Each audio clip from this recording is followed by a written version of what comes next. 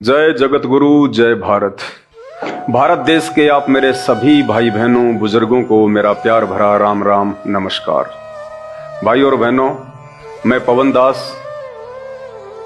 और आज हम बात करेंगे श्री भागवत सुधा सागर पे। आप देख रहे होंगे पीछे स्क्रीन पे श्री भागवत सुधा सागर। एक अनमोल कथा आज आपको सुनाई जाएगी। आपने आज से पहले वो कथा, ये जितने भी तथाकथित धर्मगुरु हैं, भागवत की कथा कहने वाले हैं, शंकराचार्य हैं, महामंडलेश्वर हैं, संत और महंत हैं, अपने नाम से पहले 1008 की उपाधि धारण किए हुए हैं, इन्होंने आपको नहीं सुनाई। ये केवल आपको मीठी मीठी बातें बता के, मीठी मीठी कथा और कहानियां सुना के केवल अपनी दान पेटियों तक सीमित हैं। आज इन कथाकारों ने केवल धर्म को धंधा बना लिया है। इन कथाकारों को, इन धर्मगुरुओं को, शंकराचार्यों को, मंडलेश्वरों को, आप और हम भाई बहनों के आत्म कल्याण की कोई फिक्र नहीं है। इन्हें कोई फिक्र नहीं है कि मरने के बाद हम या हमारे पूर्वज भूत बने, प्रेत बने या लक 84 में गधे, कुत्ते और सूअर बने। इनको फिक्र केवल एक बात की है कि दान दक्षिणा आ रही है या नहीं आ रही है। कारण क्या है? ये स्वयं हमारे धर्मशास्त्रों से अपरिचित हैं। आपको ये जितने भी बड़े बड़े पंडाल लगा के, बड़ी बड़ी स्टेज पे डेकोरेशन करके, लाखों की चेयर पे बैठ के और मीठी मीठी आवाज में जो ये कथाकार दिखाई पड़ते हैं, ये स्वयं अपने ही धर्म ग्रंथों में लिखी हुई सच्चाई से अपरिचित हैं। और आज ये सच्चाई जो आप और हम सभी देशवासियों को जानना पहचानना बेहद जरूरी है। हमारे को ये मानव शरीर उस परमपिता परमेश्वर ने केवल भक्ति के लिए दिया है, भक्ति के लिए, आत्मा का मोक्ष करवाने के लिए। बाकी कार्य तो पशु और पक्षी भी करते हैं। ये 84 लाख योनियों से भिन्न उस परमेश्वर ने हमें जो चोला दिया है मानव, ये केवल उस परमेश्वर की महिमा करने के लिए, सदकर्म करने के लिए और सदा सदा के लिए इन 84 लाख योनियों के महादुख से बाहर निकलने के लिए दिया है। भाई और बहनों, मुझ पवन दास के वीडियो देखना लोहे के चने चबाने के बराबर है। और जिस भाई बहन ने थोड़ा सा धैर्य धारण करके और निष्पक्ष होके यदि वीडियो देख लिया, उसकी आंखें खुल जाएंगी। वो बैठ के रोएगा 2 घंटे कि कहां हम इन अज्ञानी धर्मगुरुओं के पीछे अपना अनमोल मानव जीवन बर्बाद कर रहे थे। उन्हें केवल अपनी दान दक्षिणा से मतलब है, मान बढ़ाई से मतलब है, ऐसो आराम से मतलब है। उन्हें कोई मतलब नहीं है कि इन शास्त्रों में वर्णित सच्चाई तुम्हारे तक पहुंचाई जाए। अगर वो सच्चाई तुम्हें बता दें कि इन धर्मशास्त्रों में वास्तव में अध्यात्म के विषय में, और जिनको हम पूर्ण भगवान मानते हैं, ब्रह्मा विष्णु महेश माता जी, 33 करोड़ देवी देवता, जिनको हम पूर्ण परमात्मा पूर्ण भगवान मान के, मोक्ष के दाता मान के दिन रात उनकी कथाएं सुनते हैं, और वो धर्मगुरु जैसा हमें कर्म कांड करने के लिए बोलते हैं, दान दक्षिणा के लिए आदेश देते हैं, हम लोग वैसा ही फॉलो करते हैं। और जिस दिन आपको इन धर्मशास्त्रों में लिखित सच्चाई पता चलेगी, आप अपनी आंखों से देखोगे, उसके बाद आप देखना, आप सिर पे हाथ रख के रोगे कि उन शास्त्र ज्ञानहीन धर्मगुरुओं ने, जो दिखाई देने में तो बिल्कुल ऐसे लगते हैं कि जैसे शास्त्र इन्हीं ने लिखे हों, पूरा का पूरा ज्ञान इनकी खोपड़ी में समाहित है, इनसे बढ़ के तो कोई महाज्ञानी है ही नहीं दुनिया में। जबकि हकीकत यह है कि हमारे धर्म ग्रंथों के विषय में चारों वेद, गीता जी, 18 पुराण, 6 शास्त्र और अन्य धार्मिक पुस्तकें, उन धार्मिक पुस्तकों और ग्रंथों के विषय में उन धर्म गुरुओं को, शंकराचार्यों को, संतों को, महंतों को, मठाधीशों को क ख ग का भी ज्ञान नहीं है कि वास्तव में ये धर्म ग्रंथ क्यों लिखे गए हैं और इनके लिखने का औचित्य क्या है। वे स्वयं सच्चाई से अपरिचित हैं, आपको कहां से ज्ञानी बना देंगे। और आज इन धर्म ग्रंथों में वर्णित जो सच्चाई जो सन 1994 से भगत समाज के सामने निकल के आ रही है, देश और दुनिया में जा रही है, टीवी चैनलों के माध्यम से सार्वजनिक तौर पे लोगों को समझाया जा रहा है, ये शुभ कार्य, ये पुण्य कार्य, ये धर्मार्थ का कार्य, ये परमार्थ का कार्य आज इस पूरे विश्व में केवल एकमात्र ऐसा धर्म गुरु है जो आप और हम जीवों के आत्म कल्याण के लिए संघर्ष कर रहे हैं। और उस महान महापुरुष जगत गुरु का नाम है परम पूज्य सतगुरु रामपाल जी भगवान। वीडियो को अंत तक देखना और आज इस वीडियो में आपको पता चलेगा कि जिन भगवानों को हम भगवान मान के पूज रहे हैं कि मरने के बाद में हम उनके लोक में जाएंगे, हमारी आत्मा का कल्याण हो जाएगा, हम कभी 84 लाख योनियों में वापस नहीं आएंगे गधे कुत्ते सूअर बनने के लिए। आज आपका सारा का सारा भ्रम निवारण हो जाएगा। यही श्री भागवत सुधा सागर इसका 12वां अध्याय, 8वां स्कंद और पेज नंबर 549, इसमें भगवान शंकर के विषय में, उनके चरित्र के विषय में, उनके कर्म और कुकर्म के विषय में, उनकी आदतों के विषय में, उनकी सोच और उनकी दृष्टि के विषय में जो सच्चाई लिखी हुई है, ये 12वां अध्याय, 8वां स्कंद और पेज नंबर 549 आज तक एकमात्र सतगुरु रामपाल जी भगवान को छोड़ के इन तथाकथित धर्म गुरुओं ने, शंकराचार्यों ने, आचार्यों ने, ऋषि मुनियों ने, संतों महंतों ने, भागवत के इन कथाकारों ने आप लोगों को क्यों नहीं सुनाई, जबकि ये अध्याय भी तो इसी भागवत के अंदर है कि हमारे भगवान श्री शंकर जी का कैसा चरित्र है, क्या वे पूजा के योग्य हैं, क्या वे भगवान कहलाने के योग्य हैं, क्या वे हम प्राणियों से उत्तम हैं। आज तक इन्होंने आपको सच्चाई नहीं बताई, जबकि इन्होंने इसको पढ़ा, उसके बावजूद भी आप लोगों को बताना उचित नहीं समझा। कारण एक ही था कि इन भगवानों की पूजा पाठ से ही तो इन नकली पंडितों का, ब्राह्मणों का, संतों का, धर्मगुरुओं का, शंकराचार्यों का धार्मिक धंधा चल रहा है। इनकी मीठी मीठी कथा कहानियां बताने से तो इनका ये रोजगार चल रहा है। और अगर इन्हीं भगवानों की वास्तविक सच्चाई कि ये कहां तक के भगवान हैं, कैसा इनका चरित्र है, ये पूजा करने के योग्य हैं या नहीं हैं, इनकी फोटोएं अपने घर में और पूजा स्थल पे रखने के योग्य हैं या नहीं हैं, क्या ब्रह्मा विष्णु महेश माता जी या 33 करोड़ देवी देवताओं की पूजा पाठ करने से, उनकी भक्ति करने से क्या जीव का आत्म कल्याण हो सकता है। इन्होंने आज तक आपको ये सच्चाई नहीं बताई। ये सच्चाई संत रामपाल जी भगवान ने आके बताई। पूरे विश्व पे उन्होंने महान परोपकार का ये कार्य किया है। तो आज हम शुरुआत करते हैं उन्हीं परम पूज्य सतगुरु रामपाल जी भगवान के आशीर्वाद से, जिन्होंने आज हमारी आंखें खोली हैं हर धर्म के धर्म ग्रंथों में लिखी हुई सच्चाई को बताकर कि बच्चों तुम किस दिशा में जा रहे हो, तुम कहां जा रहे हो।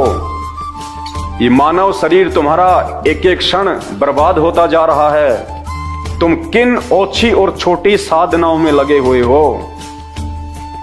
इन भगवानों की स्वयं की मुक्ति नहीं है। ब्रह्मा विष्णु महेश 33 करोड़ देवी देवता, देवताओं का राजा इंद्र, इनका चरित्र, और मरने के बाद ये खुद भी 84 लाख योनियों में जाते हैं, इन्हीं सदग्रंथों में लिखा हुआ है।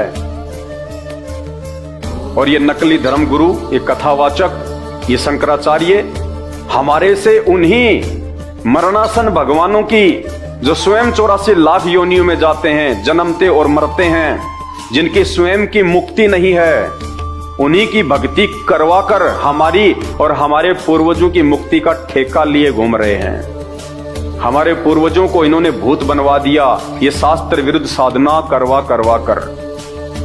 तो मेरे प्यारे भाई और बहनों, अब जागो, सोने का समय नहीं है। ये सदग्रंथ, ये धार्मिक ग्रंथ, ये शास्त्र आप और हमारे लिए बने हैं, ताकि हम इनको पढ़ें, अपनी आंखों से देखें, इनमें क्या सच्चाई छुपी हुई है, उसके अनुसार फिर हम आगे बढ़ें। भाई और बहनों, आप में से बहुत सारे भाई बहन ऐसे हैं जिनके बच्चे शादी के लायक हो चुके हैं। यदि आपको अपनी बेटी का विवाह करना हो और आपको एक लड़के की तलाश हो, आप क्या करेंगे? क्या आप कोई भी ऐरा गैरा लड़का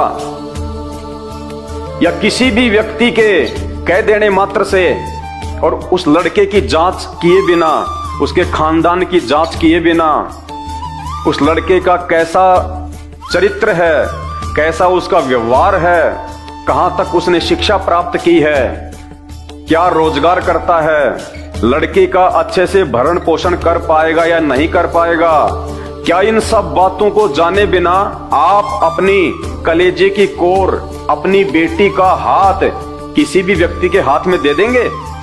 आप कहेंगे जी ये तो संभव ही नहीं है, मेरी बेटी के भविष्य का सवाल है, मैं तो अच्छे से ऊपर से लेके नीचे तक पूरी जानकारी करूंगा। पहले लड़का कैसा है, शराब वराब तो नहीं पीता है, मांस तो नहीं खाता है, उसकी संगति क्या है, उसकी शिक्षा क्या है, रोजगार क्या है, यहां तक कि उसके माता पिता का भी हम लोग पूरा चरित्र छान मारते हैं कि इसकी पीढ़ी में कहीं कोई दाग तो नहीं है। उसके बाद हम उस घर में अपनी लड़की को देते हैं और अपनी आत्मा के उद्धार के लिए, अपने मोक्ष के लिए किसी भी पंडित ने हमारे को भागवत की कोई मीठी मीठी कथा सुना दी, किसी भी व्यक्ति ने हमारे को कह दिया कि चल मेरे गुरुजी से नाम लेके आ जा, अरे चल वहां पे भागवत हो रही है, वहां पे वो कथा हो रही है, और भागवत के बाद आपको नाम से जोड़ दिया जाता है। लेकिन आपने कभी भी विचार नहीं किया कि इस पंडित जी ने हमें जो कथा सुनाई है, कौन से शास्त्र से सुनाई है, क्या यह कथा वास्तव में सही है? क्या जैसा पंडित जी बोल रहे हैं क्या वैसा ही है? क्या ये भगवान इतने शक्तिशाली हैं जैसा इन भगवानों का पंडित जी के द्वारा गुणगान किया जा रहा है? क्या ये भगवान स्वयं जन्म और मरण के चक्कर से बाहर हैं? क्या ये भगवान मेरा मोक्ष करने में सर्वशक्तिमान है? आपने घर पे आके फिर इन शास्त्रों को खोल के देखना चाहिए, और यदि आपके समझ में नहीं आवे तो किसी समझदार से दिखवाना चाहिए। तो जिस प्रकार एक बाप अपनी बेटी का हाथ बिना सोचे समझे किसी भी ऐरे गहरे व्यक्ति के हाथ में नहीं सौंप सकता, ठीक उसी प्रकार एक बुद्धिमान व्यक्ति, एक सच्चा हिंदू, एक सच्चा सनातनी अपने आध्यात्मिक जीवन का फैसला, अपने भविष्य का फैसला, अपनी आत्मा का फैसला सिर्फ किसी भी कथाकार के द्वारा, कोई भी भागवत की कथा सुना देने से या कोई भी मंत्र दे देने से, यदि उसकी बातों में आकर अपना आध्यात्मिक जीवन उसको सौंप देता है तो वो सबसे बड़ा मूर्ख व्यक्ति है, वो अज्ञानी है, नासमझ है, और अंत में फिर उसके साथ वो बनेगी जो हमारे पूर्वजों के साथ बनती आई है, मरने के बाद भूत प्रेत बनना और पीछे से फिर उनके श्राद्ध निकालना। ठीक इसी प्रकार हम मार्केट में जाते हैं, एक 50 रुपए का मिट्टी का मटका हमें लेके आना होता है, और वो मिट्टी का मटका लेने से पहले हम उसको 20 बार यूं ठोक ठोक के देखते हैं, बजा बजा के, कि ये कहीं से टूटा हुआ तो नहीं है, एक क्रैक तो नहीं है, एक कच्चा तो नहीं है, ये कमजोर तो नहीं है, कहीं मेरे 50 रुपए जो है वो बर्बाद तो ना हो जाए। एक मिट्टी का 50 रुपए का मटका खरीदने से पहले भी हम लोग कितना सोचते हैं, कितना विचार करते हैं। और किसी भी अरे गहरे व्यक्ति को, पंडित को, कथाकार को, धर्मगुरु को अपना गुरु बनाने से पहले हम कुछ भी नहीं सोचते, जबकि शरीर की तो कोई कीमत नहीं है, अनमोल है। तो हमने विचार करना पड़ेगा ये शास्त्र क्या कह रहे हैं, हम किस दिशा में जा रहे हैं। सब्जी वाला आवाज लगाता है सब्जी ले जाओ, नीचे उतर के माता बहनें जाती हैं, 50 रुपए के आलू टमाटर खरीदती हैं और 20 बार उनको उलट पलट के देखती हैं कहीं ये खराब तो नहीं है, सड़ा हुआ तो नहीं है। और जब बात आती है भक्ति की और भगवान को चूज करने की, उस समय हमारी आंखें बिल्कुल बंद हो जाती हैं। हम लोग विचार भी नहीं करते कि जिन भगवानों की पूजा करने के लिए इन ब्राह्मणों, इन पंडितों, इन धर्मगुरुओं के द्वारा जो हमें कहा जा रहा है, क्या ये भगवान वास्तव में पूजा के लायक है या नहीं है, ये सर्वशक्तिमान है या नहीं है, इनका चरित्र उत्तम है या नहीं है, या फिर हमारे जैसे ही हैं। तो आज हम शुरू करेंगे परमपिता परमेश्वर जी के आशीर्वाद से, क्योंकि मैं पहले भी अपने वीडियो में स्पष्ट करता हुआ आया हूं। आज एक बार फिर से मैं आप सभी भाई बहनों को कहना चाहूंगा, मैं कोई संत नहीं हूं, मैं कोई महात्मा नहीं हूं, ना मैं कोई मठाधीश हूं, ना मेरा कोई आश्रम है, ना मैं कोई शंकराचार्य हूं, और ना मुझे कोई आश्रम खोलना है, ना मुझे कोई गुरु और संत की पदवी प्राप्त करनी है। मैं तो एक सामान्य सा व्यक्ति हूं, एक भगत हूं। और मेरे पूज्य गुरुदेव सतगुरु रामपाल जी भगवान ने जो सच्चाई इन शास्त्रों की देश और दुनिया को दिखाई है, भाई बात मेरे समझ में आ गई। मैंने अपनी आंखों से फिर इन धर्म ग्रंथों को खरीद के और देखा है कि जहां जहां संत रामपाल जी पढ़ा रहे हैं, दिखा रहे हैं, क्या वास्तु में वैसा ही लिखा हुआ है। और मैंने वैसा का वैसा पाया, तो मेरी आंखें खुल गई और मैंने उनकी सत्य साधना स्वीकार कर ली। अपना आध्यात्मिक जीवन मैंने उनके श्री चरण कमल में सौंप दिया। मेरे मोक्ष में कहीं कोई संशय नहीं रहा, क्योंकि वे पूर्ण गुरु हैं और पूर्ण आध्यात्मिक ज्ञान है उनके पास में। और वर्तमान में इस पूरी पृथ्वी पे यदि कोई कथा करने का अधिकारी है, यदि कोई मंत्र दान करने का अधिकारी है, यदि कोई जगत गुरु या धर्म गुरु कहलाने का अधिकारी है, एकमात्र पूरे विश्व में, हिंदुस्तान में नहीं, पूरे विश्व में केवल परम पूज्य सतगुरु रामपाल जी भगवान हैं। इस बात का निर्णय आप उस समय करेंगे जब आप उनके द्वारा किए गए सत्संगों को सुनना प्रारंभ करेंगे। और मेरी विनती है हाथ जोड़ के आप सभी भाई बहनों से, जब तक आपको सृष्टि रचना के विषय में पूरी जानकारी नहीं होगी कि ये सृष्टि, ये ब्रह्मांड कैसे रचे गए हैं, ब्रह्मा विष्णु महेश के माता पिता कौन हैं, ब्रह्मा विष्णु महेश को जन्म देने वाले कौन हैं, इनकी माँ का नाम क्या है, इनके पिताजी कौन हैं, ब्रह्मा विष्णु महेश कहाँ तक के भगवान है, कहाँ तक इनकी शक्ति है, क्या ये स्वयं जन्म और मरण से बाहर हैं, क्या ये स्वयं गधे कुत्ते सूअर नहीं बनते या बनते हैं। जब तक आपको सृष्टि रचना की पूरी जानकारी नहीं होगी और आप अपनी आंखों से नहीं देख लोगे उस सृष्टि रचना का प्रमाण जो संत रामपाल जी बताते हैं हमारे इन्हीं हिंदू धर्म ग्रंथों से, तब तक आप दुनिया के किसी भी धर्म ग्रंथ को ना तो समझ सकते हैं और ना कभी आप एक अच्छे भगत बन सकते हैं और ना आपकी मुक्ति हो सकती है। तो आज की जो कथा है, जो वीडियो है, इसकी हम शुरुआत करें। उससे पहले हम उस परमपिता परमेश्वर सतगुरु रामपाल जी भगवान के जयकारे के साथ में करेंगे। और आज निश्चित तौर पे आपकी आंखें खुलने वाली हैं। आज श्री भागवत सुधा सागर से भगवान श्री शंकर जी का जो चरित्र है, उनकी जो लीला है, आज उनके विषय में हम इसी श्री भागवत सुधा सागर से पढ़ेंगे, अपनी आंखों से देखेंगे कि जो कटु सच्चाई आज तक हमारे को इन नकली संतों महंतों ने नहीं बताई, कि कहीं जनता भड़क ना जाए, जनता हमसे सवाल ना करने लग जाए, जनता हमारे पंडाल में आना ना छोड़ दे, हमारी दान पेटियों पे ताले ना लग जाएं। इस डर के मारे इन लोगों ने आपको ये यथार्थ सच्चाई इन भगवानों की नहीं बताई।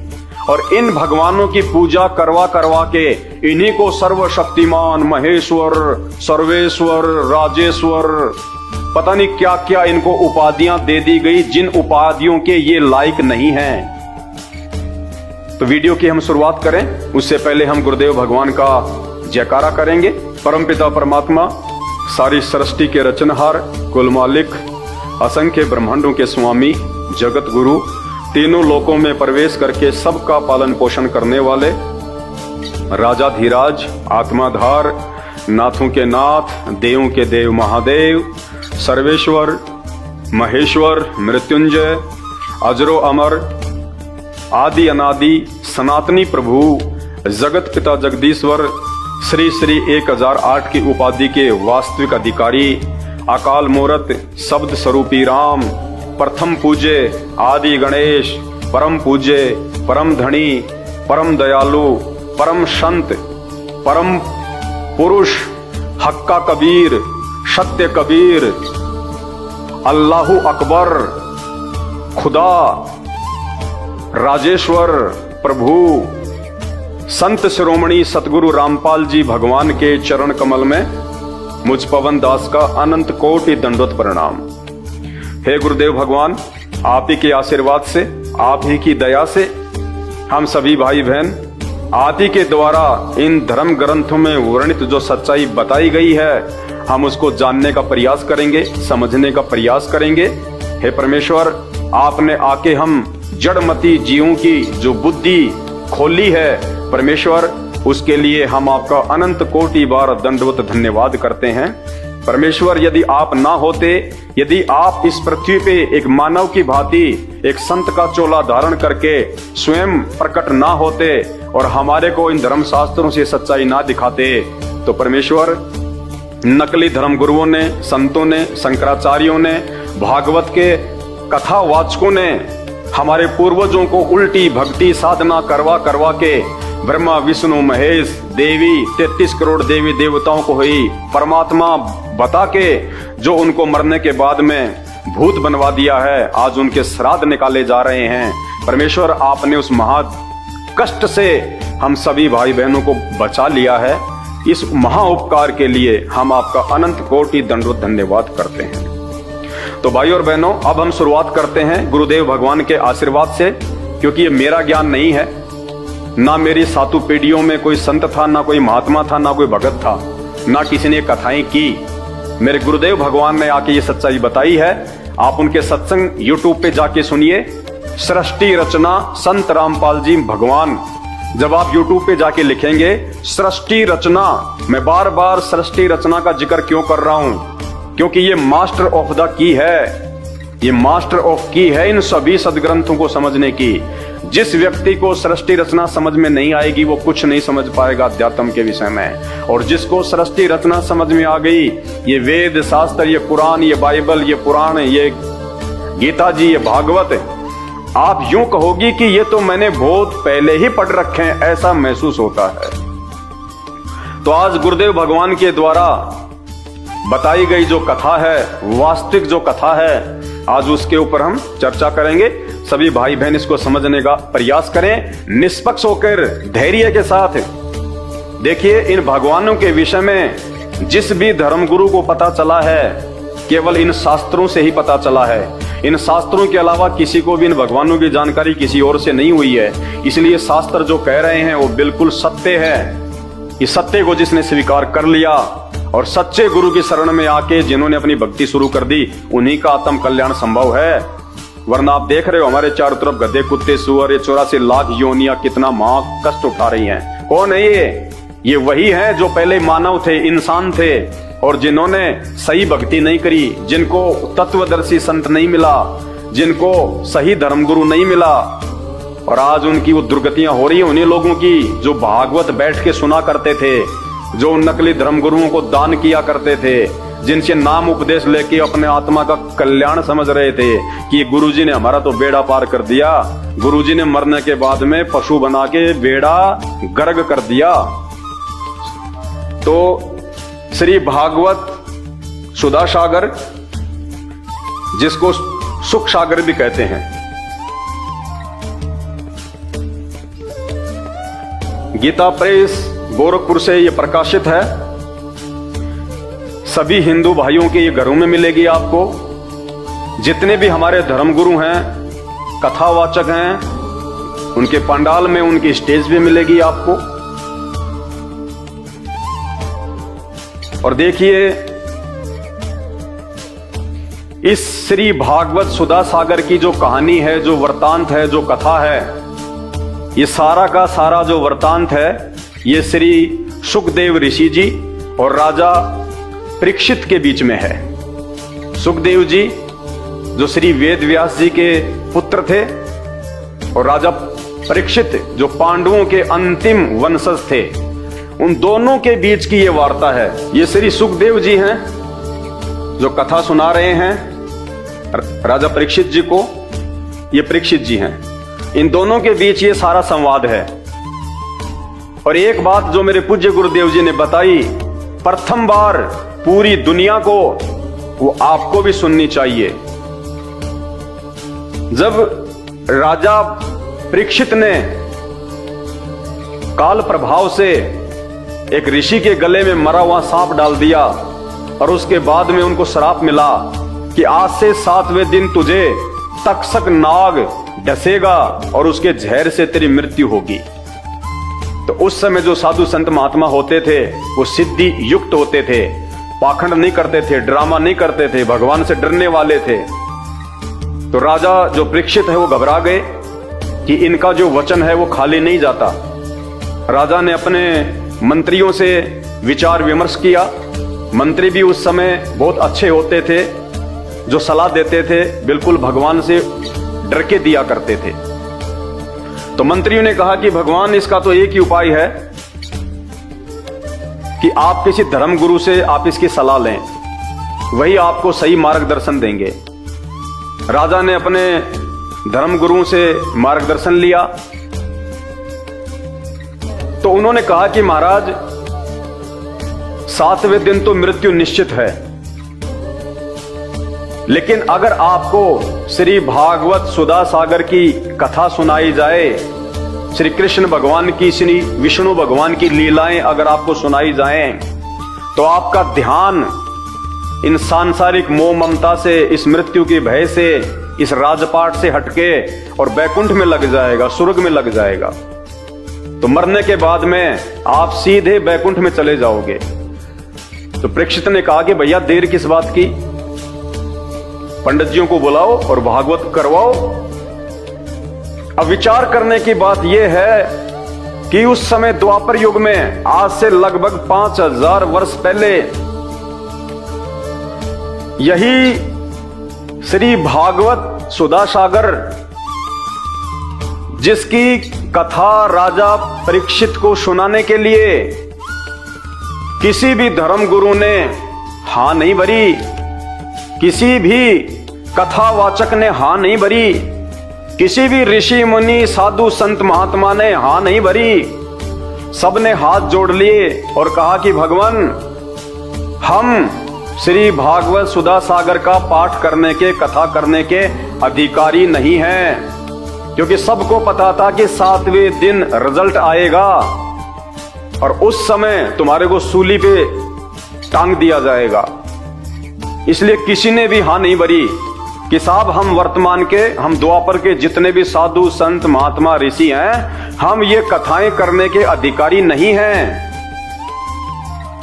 बोला कौन कर सकता है? तो उनको बताया गया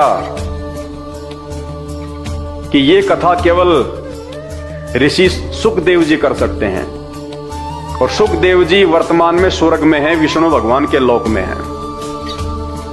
सुखदेव ऋषि को राजा परीक्षित के धर्म के आधार पे, उनके पुण्य के आधार पे, वहां से इस पृथ्वी लोक पे नीचे बुलवाया गया, और श्री सुखदेव जी ने स्वर्ग से आके राजा परीक्षित को 7 दिन तक भागवत की कथा सुनाई, और 7वें दिन इनको तक्षक नाग ने डसा, इनकी मृत्यु हुई, और सुखदेव जी राजा परीक्षित की आत्मा को अपने साथ में बैकुंठ लेके गए।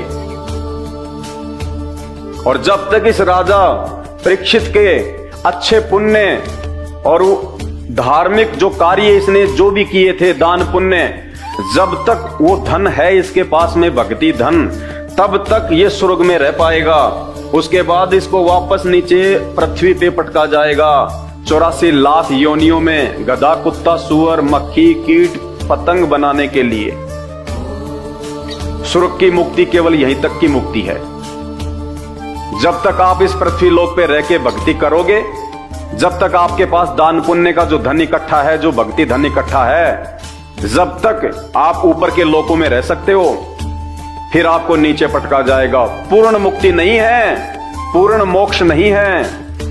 ना ही तो सुखदेव जी का पूर्ण मोक्ष है, ना ही राजा परीक्षित का पूर्ण मोक्ष है। ये सारी सच्चाई हमारे इन्हीं धर्म ग्रंथों में लिखी हुई है।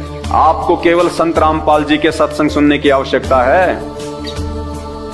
अरे इन बाकी धर्म गुरुओं से, जिनको आज आपने अपना गुरुजी बना रखा है, इनसे आपकी क्या रिश्तेदारी थी? आपने इनके प्रवचन सुने, आपको अच्छे लगे, आपने उनकी शरण ले ली।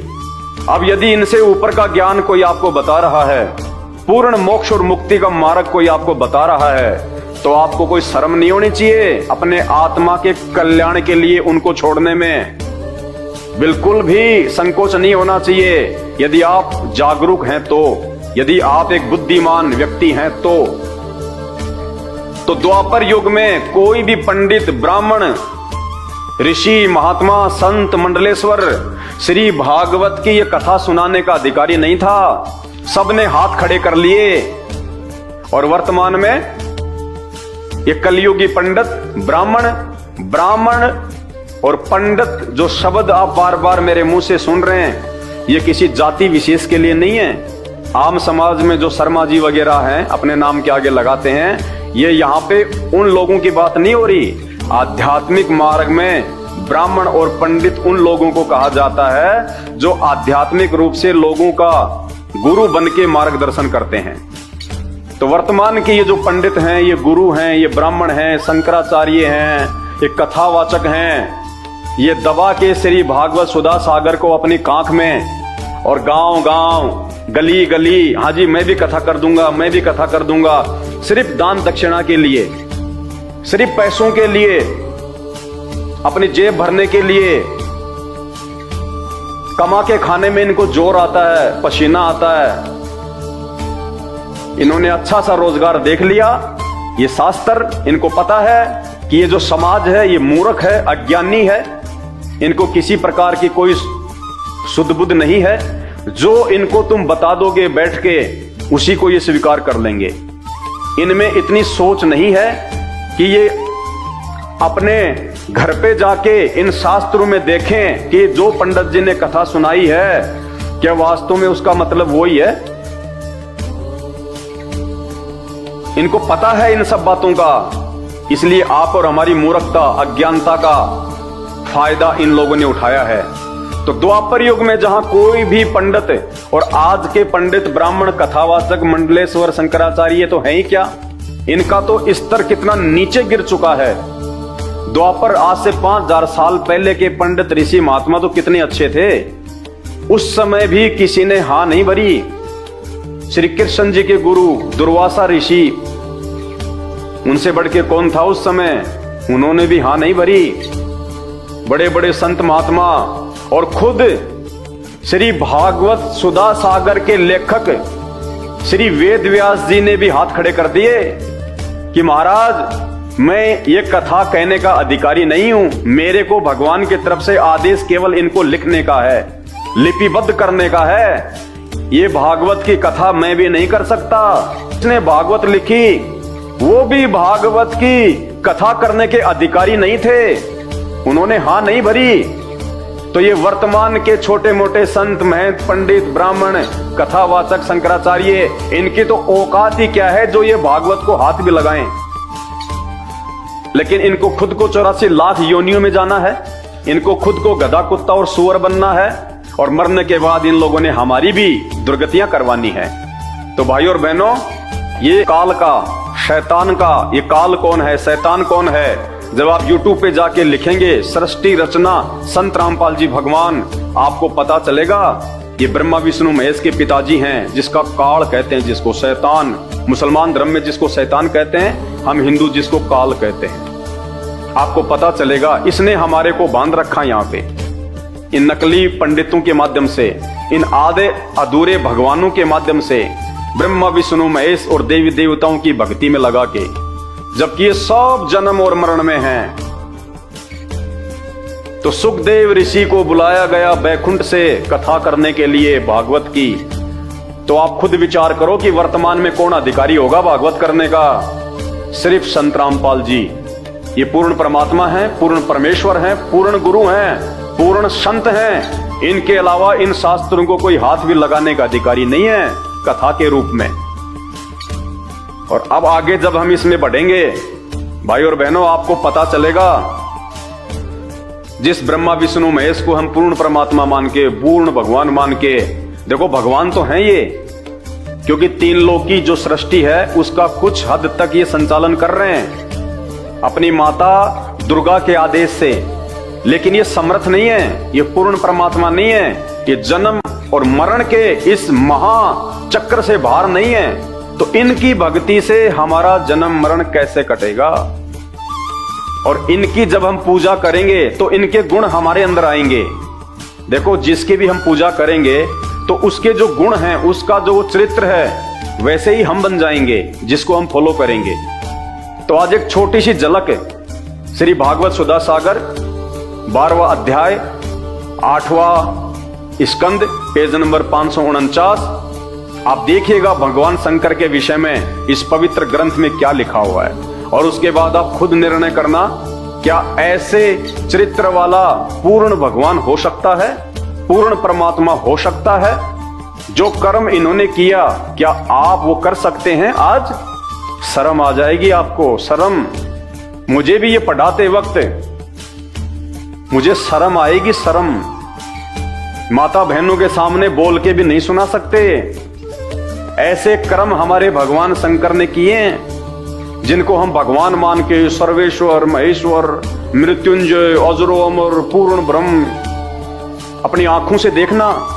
जो संत रामपाल जी भगवान ने दिखाया, बताया, ये शास्त्र संत रामपाल जी ने नहीं लिखे, ये शास्त्र वेद व्यास जी ने लिखे हैं, ऋषि मुनियों ने लिखे हैं। संत रामपाल जी तो केवल बता रहे हैं कि ये क्यों लिखे गए, और इनमें जो लिखी गई सच्चाई है वो इंसानों के लिए है, जानवरों के लिए नहीं है। तो आपने अपने जीवन का फैसला स्वयं करना है। इन नकली धर्म गुरुओं के चक्कर में पड़ के मरने के बाद में 84 लाख योनियों में जाना है, भूत और प्रेत बनना है, या संत रामपाल जी की शरण ग्रहण करके अपनी पूर्ण मुक्ति करवानी है। गीता प्रेस गोरखपुर से ये प्रकाशित है, और ये उनके फोन नंबर हैं, उनकी ईमेल आईडी है।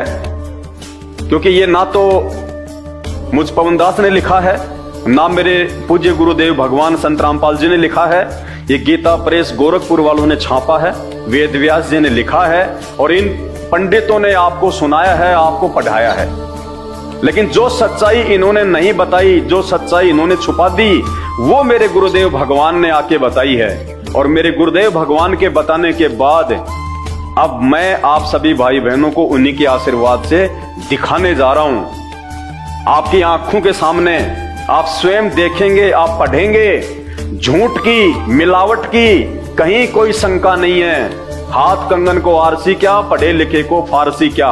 आपकी आंखों के सामने जो पेज नंबर आपको जो बताया गया है, जो अध्याय बताया गया है, आप मार्केट से इसको खरीद के 200-250 रुपए में आएगा। अपनी आंखों से देखिए, आपका मोतिया बिंद हट जाएगा और आंसू गिरेंगे आपके कि हे भगवान, हम इन कथावाचकों को स्वयं ही भगवान मान रहे थे कि ये तो ब्रह्मा विष्णु महेश के अवतार हैं जो ये कथाएं कर रहे हैं, और ये तो आम व्यक्ति से भी नीचे गिरे हुए हैं, आम व्यक्ति से भी नीचे गिरे हुए हैं ये कथावाचक। इनको तो जरा भी ज्ञान नहीं है, जरा सा भी, जब आप ये देखेंगे अपनी आंखों से।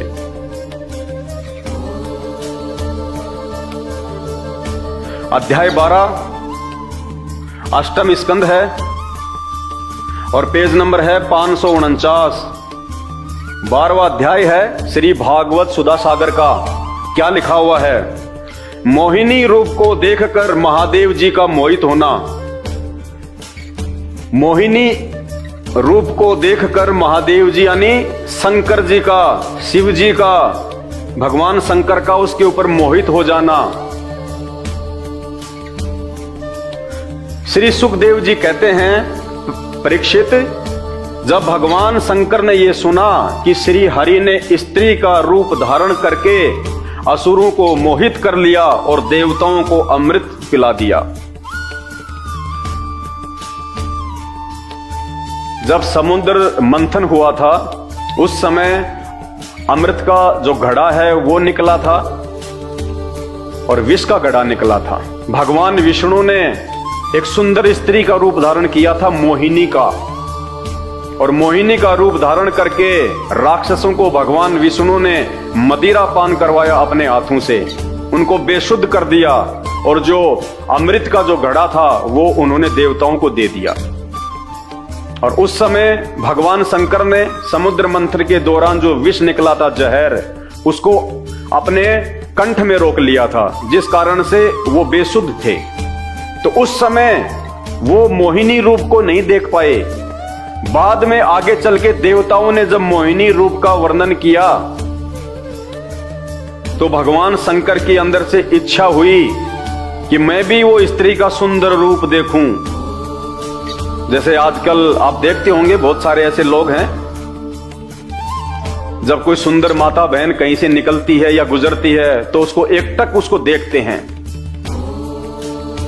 या जैसे कोई हीरोइन आ गई बहुत सुंदर, ऐश्वर्या राय आ गई, सन्नी लियोन आ गई, तो क्या करेंगे ये लड़के और लड़कियां? दौड़ दौड़ के जाएंगे। उस दिन स्कूल भी नहीं जाएंगे, कॉलेज भी नहीं जाएंगे और उनको देखने के लिए जाएंगे, उनकी सुंदरता को देखने के लिए। तो हमारे भगवान भी हमारे से कोई ज्यादा दूर नहीं है। हमारे भगवान के मन में भी इच्छा प्रकट हो गई कि ऐसा कैसा, कितनी सुंदर औरत का रूप बनाया भगवान ने, उसको देखना चाहिए। तो भगवान शंकर मोहिनी का रूप देखने के लिए आतुर हो गए। अरे मेरे घर में मेरी स्त्री है, वो जैसी भी है, और मुझे पता चले कि यहां से 2 किलोमीटर दूर एक आदमी ने शादी की है और इतनी अच्छी और सुंदर स्त्री लेके आया है, भाई क्या बात कही। और मैं अपनी पत्नी से कहूं कि देख, मैं उस औरत को देख के आ रहा हूं, मैंने सुना बहुत सुंदर है वो, तो घर में झगड़ा होगा कि नहीं होगा? मेरी औरत की नजरों में मैं नीचे गिरूंगा या नहीं गिरूंगा? तो अब आप विचार कर लेना। भगवान शंकर शादीशुदा, बाल बच्चे वाले, और सती उनकी पत्नी, जिनको हम माता पार्वती कहते हैं, और उसके बावजूद भी भगवान शंकर की इच्छा हुई कि मैं मोहिनी का रूप देखूं, उस सुंदर स्त्री को देखूं। परीक्षित, जब भगवान शंकर ने यह सुना कि श्री हरि ने स्त्री का रूप धारण करके असुरों को मोहित कर लिया और देवताओं को अमृत पिला दिया, तब वे सती देवी के साथ बैल पर सवार हो समस्त भूत गणों को लेकर वहां से गए। वहां भगवान मधुसूदन यानी विष्णु जी निवास करते हैं। भगवान श्री हरि ने बड़े प्यार से गौरी शंकर भगवान का स्वागत सत्कार किया। वे भी सुख से बैठकर भगवान का सम्मान करके मुस्कुराते हुए बोले। श्री महादेव जी ने कहा, यानी शंकर जी ने विष्णु भगवान को कहा, मोहिनी रूप को देखने के लिए, समस्त देवों के आराध्य आप विश्वव्यापी जगदीश्वर एवं जगत स्वरूप हैं। समस्त चराचर पदार्थों के मूल कारण ईश्वर और आत्मा भी आप ही हैं। इस जगत के आदि, अंत और मध्य आपसे ही होते हैं, परंतु आप आदि, मध्य और अनंत से रहित हैं। यानी पहले इन्होंने विष्णु भगवान की जम के इन्होंने बड़ाई करी ताकि वो मुझे मोहिनी रूप दिखा दे। फिर क्या कहा आगे चल के शंकर जी ने? भगवान शंकर ने कहा विष्णु जी से, मैं आपके उस अवतार का भी दर्शन करना चाहता हूं जो आपने स्त्री रूप में ग्रहण किया था, जिससे दैत्यों को मोहित करके आपने देवताओं को अमृत पिलाया। स्वामिन, यानी हे भगवान, उसी को देखने के लिए हम सब आए हैं। हमारे मन में उसके दर्शन का बड़ा कौतूहल है। हे भगवान, मुझे बड़ी जल्दी हो रही है वो मोहिनी स्त्री वाला सुंदर रूप देखने की। सुखदेव जी कहते हैं, जब भगवान शंकर ने विष्णु भगवान से यह प्रार्थना की, तब वे गंभीर भाव से हंसकर शंकर जी से बोले। श्री विष्णु भगवान ने कहा, शंकर जी, उस समय अमृत का कलश दैत्यों के हाथ में चला गया था, अतः देवताओं का काम बनाने के लिए और दैत्यों का मन एक नए कौतूहल की ओर खींच लेने के लिए ही मैंने वह स्त्री रूप धारण किया था। देव शिरोमणे, भगवान शंकर तो उसको देव शिरोमणे कह रहे हैं कि तू भगवान है, परमात्मा है, जगदीश्वर है। जो विष्णु जी हैं वो शंकर जी को कह रहे हैं देव शिरोमणे, यानी देवताओं में सर्वश्रेष्ठ। इनका पता ही नहीं चल रहा आपस में कौन महादेव है, सबसे बड़ा देव कौन है। वो उसको महादेव कह रहा है, वो उसको महादेव कह रहा है। विचार करना इन बातों पे, लिखा हुआ ये। आप उसे देखना चाहते हैं, इसलिए मैं आपको वह रूप दिखाऊंगा। विष्णु जी बोले, शंकर जी, अब आप इतनी दूर से चल के आए हो माता जी के साथ में, अपने भूतों के साथ में, गणों के साथ में, आपको मैं वो रूप जरूर दिखाऊंगा। वह रूप तो कामी पुरुषों का ही आदरणीय है। पुण्यात्माओं, ध्यान से देखना मेरे भाई और बहनों, जागो इन शास्त्रों को पढ़ के। भगवान विष्णु ने शंकर जी से क्या कहा कि शंकर भगवान, जो रूप मैंने मोहिनी का बनाया था वह रूप तो कामी पुरुषों का ही आदरणीय है। यानी भगवान आप क्या करोगे वो रूप देख के? जो रूप मैंने जो बनाया था उन असुरों को पागल बनाने के लिए, मूर्ख बनाने के लिए, उनको काम वासना के माध्यम से उनको फंसाने के लिए, कहते हैं वो तो कामी पुरुषों का रूप है। यानी वो रूप तो गंदे व्यक्तियों के लिए है, कुचरित्र व्यक्तियों के लिए है, मवालियों के लिए है, बुद्धिहीन लोगों के लिए है, जो काम वासना में अंदर ही अंदर जो मरते रहते हैं उनके लिए है भगवान। फिर भी शंकर भगवान नहीं माने और कहा कि नहीं देखूंगा। पुण्यात्मा विचार करना, ये चरित्र दिखाया जा रहा है भगवान शंकर का, छुपा हुआ नहीं है, आपकी आंखों के सामने है। ये सदग्रंथ झूठ नहीं बोल रहे।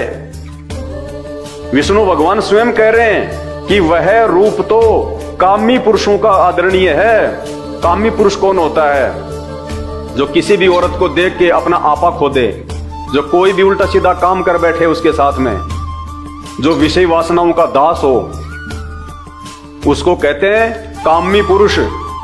लेकिन शंकर भगवान ने वो कामी पुरुष बनना भी स्वीकार कर लिया उस रूप को देखने के लिए। इतना सा भी विचार नहीं किया उन्होंने कि विष्णु जी क्या बोल रहे हैं। देखिए आगे, वह रूप तो कामी पुरुषों का ही आदरणीय है, क्योंकि वह काम भाव को उत्तेजित करने वाला है।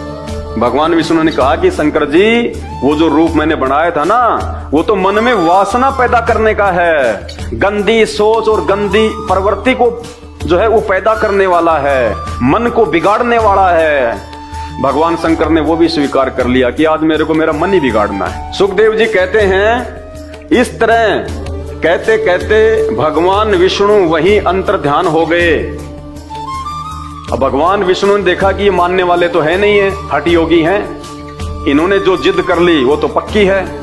तो ये कह के भगवान विष्णु अंतर्ध्यान होके अपने महल के अंदर चले गए और महल के अंदर जाके फिर उन्होंने मोहिनी का रूप धारण किया और बाहर प्रकट हो गए एक बाग में। इस तरह कहते कहते विष्णु भगवान वहीं अंतर्ध्यान हो गए और भगवान शंकर सती के साथ चारों ओर दृष्टि दौड़ाते हुए वहीं बैठे रहे। अपनी पत्नी सती के साथ में भगवान शंकर वहीं बैठे रहे कि आज तो देख के जाना है। इतने में ही उन्होंने देखा, इतने में शंकर भगवान ने क्या देखा? इतने में ही उन्होंने देखा कि सामने एक बड़ा सुंदर उपवन है, उसमें भांति भांति के वृक्ष लगे हैं और जो रंग बिरंगे फूल और लाल लाल कोपलों से भरे पूरे हैं। उन्होंने यह भी देखा कि उस पर उपवन में एक सुंदर स्त्री गेंद उछाल उछाल कर खेल रही है। भगवान शंकर ने क्या देखा कि सामने एक बहुत बड़ा बाग था, तरह तरह के फूल थे, फल थे सुंदर। और फिर उन्होंने क्या देखा कि एक सुंदर स्त्री गेंद को हाथ में लेके उछाल उछाल के खेल रही है। कौन थी वो सुंदर स्त्री? वो भगवान विष्णु ने मोहिनी का रूप धारण किया था। अब देखना आगे। उन्होंने यह भी देखा कि उस उपवन में एक सुंदर स्त्री गेंद उछाल उछाल कर खेल रही है। वह बड़ी ही सुंदर साड़ी पहने हुए हैं और उसकी कमर में करदनी की लड़ियां लटक रही हैं। गेंद के उछालने और लपक कर पकड़ने से उसके स्तन और उन पर पड़े हुए हार हिल रहे हैं, ऐसा जान पड़ता था। पुण्यात्माओं, लिखने वाले को भी शर्म नहीं आई, लेकिन क्या करे बेचारा, आदेश भगवान का, लिखना उसकी मजबूरी। ये शब्द लिखे नहीं जाने चाहिए कि जब वो मोहिनी रूप में भगवान विष्णु सुंदर स्त्री गेंद को हाथ में लेके उछाल उछाल कर खेल रही थी, तो उसके उछलने के कारण उसके जो स्तन थे वो भी उछल रहे थे। बताओ, ये बातें इन शास्त्रों में लिखने की है क्या? हमारे घर में हमारी माता बहनें अपने बच्चों को खिलाती है, उनके साथ में वो क्रिकेट खेलती है, स्तन तो उनके भी हैं और वो तो एक स्वाभाविक सी बात है, स्तन तो उनके भी उछलेंगे। तो क्या उसका प्रचार किया जाना चाहिए क्या कि जब मेरी मां मुझे खिला रही थी तो उसके स्तन ऐसे उछल रहे थे? पुण्यात्माओं, विचार कर लेना, अगर अपना मानव जीवन सफल करना है तो धरती पे आज भगवान आया हुआ स्वयं। राम और श्री कृष्ण जी भी इंसान बन के आए थे, जानवर बन के नहीं आए थे। आज भी भगवान आएगा तो इंसान बन के आएगा और इंसान रूप में संत रामपाल जी धरती पे प्रकट हैं। इन भगवानों के भगवान ये ब्रह्मा विष्णु महेश तो उनके नाखून के बराबर भी नहीं है, उनकी पावर, उनकी समर्थता के आगे। यह आपको उस समय पता चलेगा जब आप अपने धर्म ग्रंथों को अपनी आंखों से देखोगे। इन भगवानों की 33 करोड़ देवी देवताओं की आपको जब ये पावर का पता चलेगा, समर्थता का पता चलेगा, इनकी लीलाओं का, इनके चरित्र और इनके कुचरित्र का आपको मालूम चलेगा, फिर संत रामपाल जी के सत्संग आपको समझ में आएंगे। यूट्यूब पे जाके सर्च कर लेना, सृष्टि रचना संत रामपाल जी भगवान, वरना गधा कुत्ता सुअर बनने से अगले जन्म में नहीं बच पाओगे। ये कटु सत्य है। क्या कह रहे हैं वेदव्यास जी?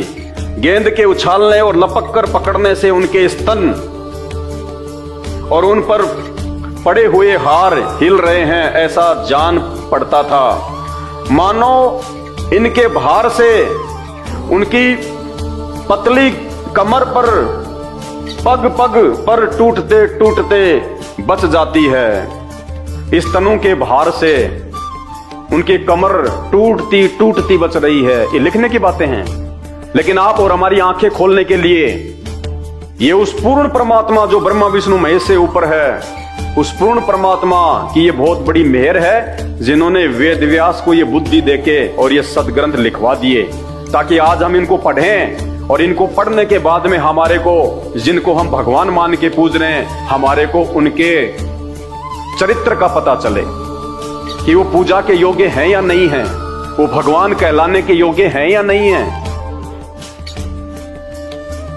वह अपने लाल लाल पल्लवों के समान सुकुमार चरणों से बड़ी कला के साथ ठुमक ठुमक कर चल रही थी। उछलता हुआ गेंद जब इधर उधर छलक जाता था तब वह लपक कर उसे रोक लेती थी। इससे उसकी बड़ी बड़ी चंचल आंखें कुछ उदगन सी हो रही थी। उसके कपोलों पर कानों के कुंडलों की आभा जगमगा रही थी और घुंघराली काली काली अलके उन पर लटक जाती थी, जिससे मुख और भी उल्सित हो उठता था।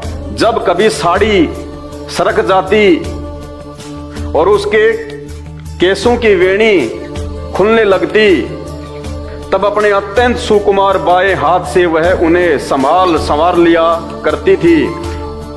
उस समय भी वह दाहिने हाथ से गेंद उछाल उछाल कर सारे जगत को अपनी माया से मोहित कर रही थी।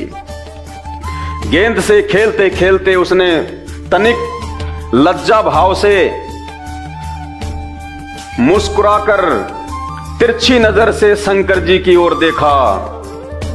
उस मोहिनी ने जो गेंद से खेल रही थी, जिसकी साड़ी नीचे सरक चुकी थी, इतना सुंदर रूप था, और खेलते खेलते उसने तिरछी नजर से भगवान शंकर की तरफ देखा। फिर क्या हुआ? बस उनका मन हाथ से निकल गया। किसका? शंकर जी का। ये शंकर भगवान का मन उनके हाथ से निकल गया। शंकर भगवान अपने होशो हवास खो बैठे उस औरत की सुंदरता को देख के, उसके यौवन को देख के, उसको रूप को देख के। अरे आजकल के नौजवानों को क्या दोष दें जब हमारे भगवानों का मन उनके हाथ से निकल गया एक सुंदर औरत को देख के। तो आज के नौजवान युवाओं को कौन क्या दोष दे सकता है? भाई, जिसकी हम पूजा करेंगे और जिसका जैसा चरित्र है वैसा ही तो आज हमारा होगा। तो इन भगवानों की पूजा करते करते उनके जो गुण हैं आज हमारे अंदर भी आ गए। इसीलिए सबकी नजरें आज गंदी हो रखी हैं। कोई माता बहन निकलती है तो सबकी कुदृष्टि पड़ती है, क्योंकि जब हमारे भगवान नहीं ऐसे हैं तो हम कैसे होंगे? अरे टीचर बच्चे को जो पढ़ाएगा, बच्चा तो वैसी पढ़ाई पढ़ेगा, उसमें बच्चे का उसमें क्या दोष है? तो उस मोहिनी के सुंदर रूप को देख के, और मोहिनी ने जब शंकर भगवान की तरफ तिरछी नजर से देखा, तो शंकर भगवान का मन उनके हाथ से छूट गया। सुध बुध खो बैठे, आपा खो दिया भगवान ने, सब कुछ भूल गए, उसके ऊपर मोहित हो गए, आसक्त हो गए। जैसे काम वासना के समय इंसान को कुछ याद नहीं रहता। उनका मन हाथ से निकल गया। वे मोहिनी को निहारने और उसकी चितवन के रस में डूबकर विह्वल हो गए। बिल्कुल पागल से हो गए भगवान शंकर। कुछ याद नहीं रहा उनको कि मेरी पत्नी भी यहीं बैठी हुई है, मेरे बेटे भी यहीं हैं, मेरे जो गण हैं वो भी यहीं हैं। वो क्या कहेंगे, वो क्या सोचेंगे मेरे इस प्रकार से ये व्यवहार करने के चलते? उन्हें अपने आप की भी सुध नहीं रही। फिर पास में बैठी हुई अपनी पत्नी सती और गणों की तो याद ही कैसे रहती। वेदव्यास जी कह रहे हैं कि उस मोहिनी के रूप को देख के भगवान शंकर इतने कामुक हो गए, इतने वासना ग्रस्त हो गए, बेसुध हो गए।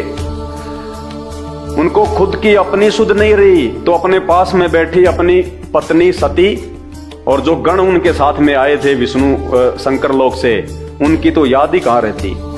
अपनी औरत को भी भूल गए भगवान शंकर उस दूसरी औरत के ऊपर आसक्त होके। ये चरित्र हमारे ग्रंथों में इसी भागवत सुधा सागर में 12वें अध्याय में लिखा हुआ है। सवाल करना इन नकली धर्मगुरुओं से, इन भागवत के कथावाचकों से कि तुम इसके ऊपर क्यों नहीं पढ़ाते, इसके ऊपर क्यों तुम ये कथा नहीं सुनाते कि हम जिनको भगवान मान के पूज रहे हैं उनका क्या, उनका जो है वो चाल चलन है। भगवान शंकर को अपनी स्त्री की भी कोई सुध बुध नहीं रही, गणों की तो याद ही कैसे रहती। एक बार मोहिनी के हाथ से उछलकर गेंद थोड़ी दूर चला गया, वह भी उसके पीछे पीछे दौड़ी। उसी समय शंकर जी के देखते देखते वायु ने उनकी झीनी सी साड़ी करदनी के साथ ही उड़ा दी। जो मोहिनी थी वो निवस्त्र हो गई, हवा से उसकी साड़ी हट गई, उसके शरीर से निवस्त्र हो गई। मोहिनी का एक एक अंग बड़ा ही रुचिकर और मनोरम था। लिखने वाले को भी शर्म नहीं आ रही कि मैं क्या लिख रहा हूं। कहते हैं उस सुंदर स्त्री का एक एक अंग बड़ा ही रुचिकर और मनोरम था। अरे ये कामसूत्र की किताब है या फिर ये भागवत है? ये पंडित लोग ये कामसूत्र की कथा करते हैं या फिर भागवत की करते हैं? अगर किसी व्यक्ति का ऐसा चरित्र यदि कोई किसी के सामने बताए, वो उसके घर पे कभी वो जिंदगी में नहीं जाएगा। कोई अपनी बेटी का रिश्ते करने जा रहा है और पड़ोसी आके उसको उस लड़के के चरित्र के बारे में बताए कि साहब ऐसे ऐसे एक समय एक स्त्री आ गई थी हमारे यहाँ और इतनी सुंदर थी, हवा तेज चल रही थी, उसकी साड़ी हट गई, निवस्त्र हो गई और ये लड़का उस समय उसके एक एक अंग को निहारने लग गया, पागल सा हो गया, बेसुध हो गया। वो बाप अपनी बेटी की शादी उसे करेगा क्या? जिंदगी में नहीं करेगा, उस घर में भी नहीं जाएगा और दोबारा। और हम भगवान मान के पूज रहे हैं। देखते जाइए आगे आगे, ये तो शुरुआत है, ट्रेलर है। मोहिनी का एक एक अंग बड़ा ही रुचिकर और मनोरम था, जहां आंखें लग जाती लगी ही रहती। यही नहीं, मन भी वहीं रमण करने लगता। उसको इस दशा में देखकर भगवान शंकर उसकी ओर अत्यंत आकृष्ट हो गए। मोहिनी को नंगा देखकर, निवस्त्र देखकर और भगवान शंकर उसके ऊपर फिदा हो गए। आकृष्ट मानी आकर्षित हो गए, वो फिदा हो गए। उन्हें मोहिनी भी अपने प्रति आसक्त जान पड़ती थी। उसने शंकर जी का विवेक छीन लिया। भाई ध्यान से पढ़ना मेरे हिंदू भाइयों, उस एक स्त्री ने, जिसको हम भगवान कहते हैं कि वो भगवान सबको सद्बुद्धि देता है, सबको वो बुद्धि दे देता है, उस एक स्त्री ने हमारे उस भगवान की बुद्धि छीन ली, उसका विवेक छीन लिया। सोचने समझने की शक्ति भगवान की खत्म। इसीलिए तो आज इस देश का बेड़ा गर्क हो गया है। भगवान शंकर का विवेक छीन लिया उसने, बुद्धि छीन ली भगवान शंकर की। अरे भगवानों की अगर कोई बुद्धि छीन ले तो फिर ये लोक कौन चलाएगा? जीवों को कौन संभालेगा? और जिसकी बुद्धि छीन जाती है उसको पागल कहते हैं। ये शास्त्रों में लिखा हुआ है। एक स्त्री ने, उस स्त्री के रूप ने, और जिसको हम भगवान कहते हैं, सबका उत्पत्तिकर्ता कहते हैं, उस भगवान का विवेक छीन लिया उसकी सुंदरता ने। ये कहां तक के भगवान है? जो भगवान एक स्त्री के ऊपर आसक्त हो जाए वो भगवान नहीं, वो कामी पुरुष होता है। तो एक स्त्री ने भगवान की बुद्धि छीन ली। बस हमारे भगवानों के पास में इतनी ही पावर है कि एक स्त्री ने हमारे भगवान का विवेक छीन लिया, उसकी बुद्धि छीन ली। उसने शंकर जी का विवेक छीन लिया। वे उसके हाव भाव से कामातुर हो गए। कामातुर सेक्स के लिए तैयार हो गए, भावनाओं में बह गए। शुद्ध बुद्ध खोदी भगवान ने। कामातुर का क्या अर्थ होता है आप सब जानते हैं। वासनाग्रस्त हो गए भगवान, शुद्ध बुद्ध खोदी भगवान शंकर ने। कामातुर हो गए, संभोग करने के लिए तैयार हो गए, जबकि पास में खुद की पत्नी बैठी हुई है। क्या सोचा होगा माता सती ने, माता पार्वती ने? क्या इज्जत रही होगी भगवान शंकर की माता सती की नजरों में? खुद की औरत पास में बैठी हुई है और वे एक दूसरी औरत के ऊपर आसक्त हो गए, संभोग के लिए तैयार हो गए। उसके अलावा उनकी दृष्टि कहीं जा ही नहीं रही। उनका विवेक छिन गया। वो भूल गए कि यहां पे मेरी पत्नी भी बैठी हुई है। बस इतनी बुद्धि होती है भगवानों में।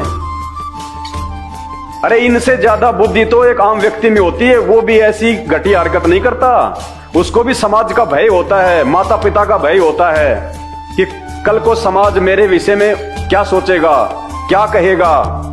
वो भी सोच समझ के काम करता है। और भगवान तो अपनी ही पत्नी और अपने ही जो सेवादार थे, जो गण थे, उनके सामने ही बेसुध हो गए।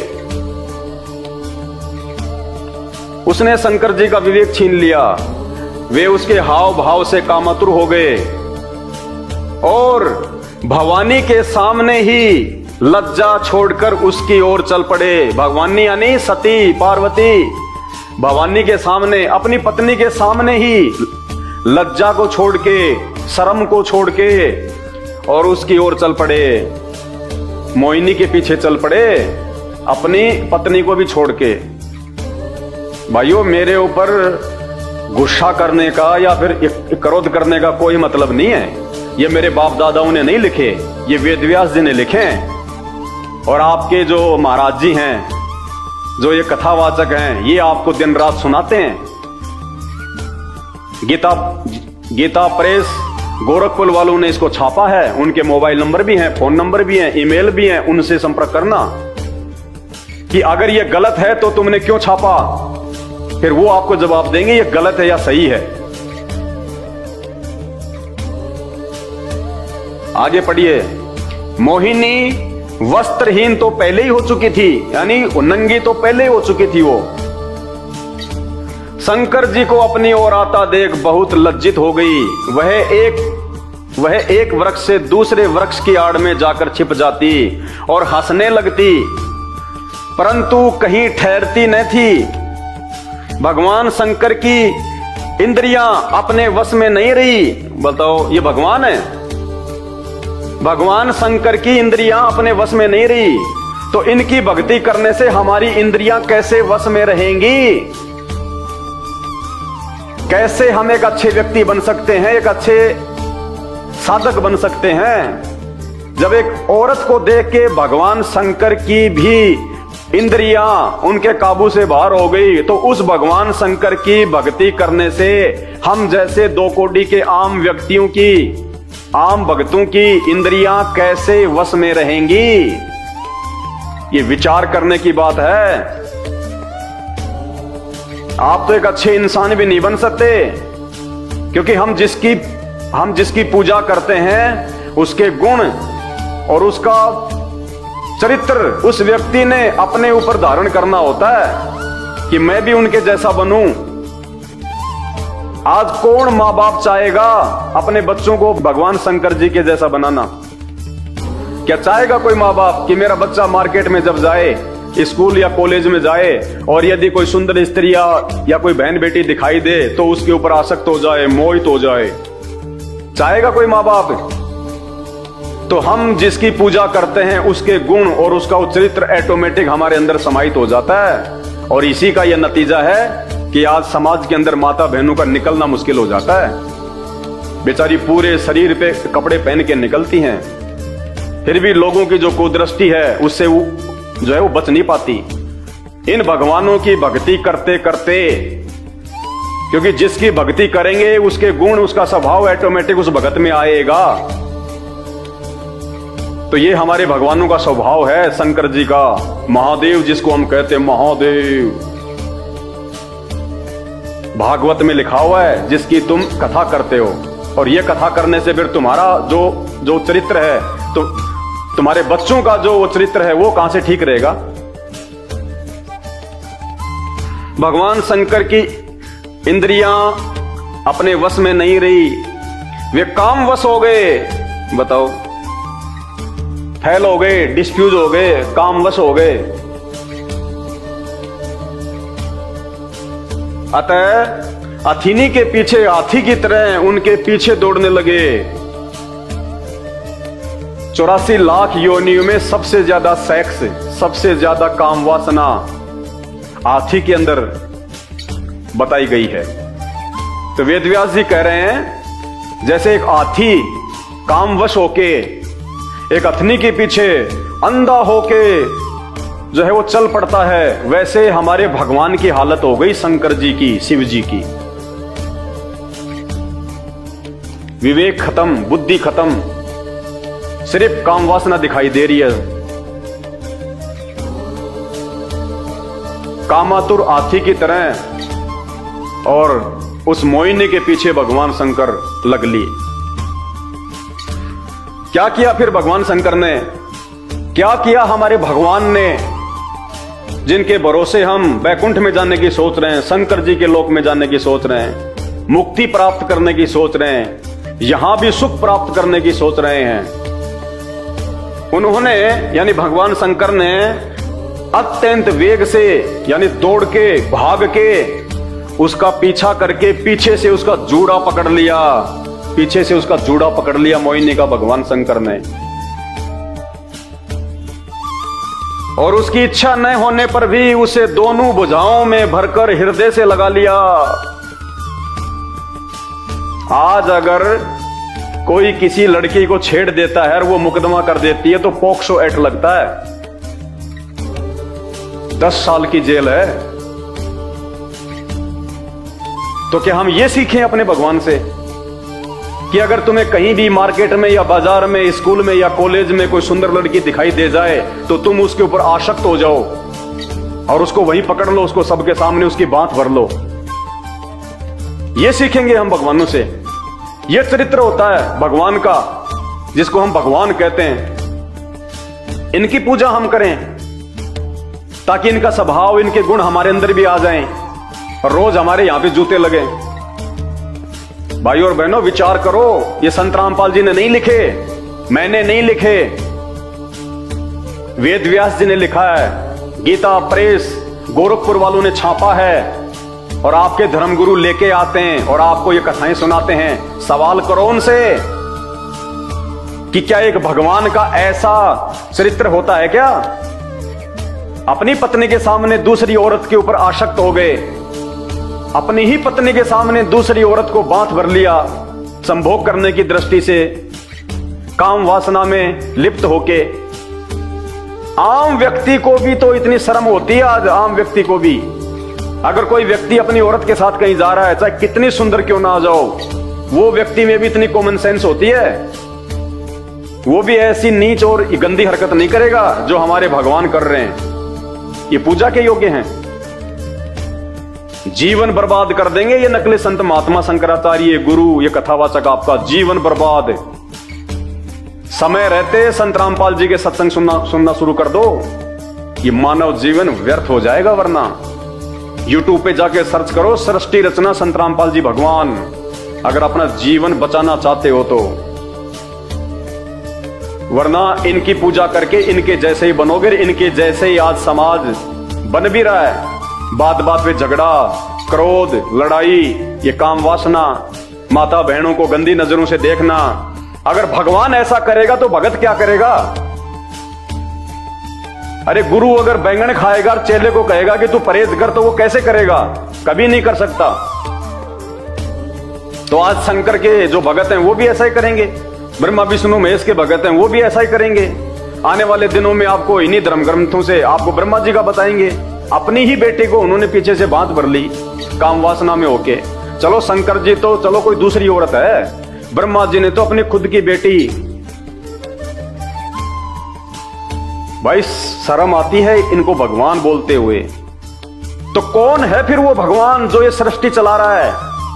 अगर शंकर जी अगर सृष्टि चला रहे हैं तो जिस समय मोहिनी का सुंदर रूप देख के शंकर जी का जो विवेक है वो छिन गया, तो शंकर जी को तो सुध बुध रही नहीं, तो सृष्टि कौन चला रहा था फिर उस समय जब शंकर जी अपने होशो हौस में नहीं थे? शंकर जी को मालूम नहीं था कि क्या हो गया। उस समय कौन सृष्टि चला रहा था? वो भगवान कौन है जो इनसे भी ऊपर है, सबसे ऊपर है। उसकी जानकारी संत रामपाल जी ने दी है इन्हीं शास्त्रों में दिखा के। सत्संग सुन लेना यूट्यूब पे जाके, संत रामपाल जी भगवान के सत्संग सृष्टि रचना। भगवान शंकर ने यानी उन्होंने अत्यंत वेग से उनका पीछा करके पीछे से उनका जूड़ा पकड़ लिया और उसकी इच्छा न होने पर भी उसे दोनों भुजाओं में भरकर हृदय से लगा लिया। आपके घर पे आपका कोई दोस्त आ जाए और आपकी बहन को या आपकी औरत को देख के वो भगवान शंकर की तरह हो जाए और काम वासना के वशीभूत हो गए, सेक्स करने की इच्छा से अगर वो आपकी बहन का या आपकी औरत का यदि वो पीछे से जूड़ा पकड़ ले, उसको बांध भर ले, आप क्या करोगे? उसको खीर खिलाओगे? उसके लिए आप अच्छा सा मतलब बेड लगाओगे कि रात को आप आराम करो?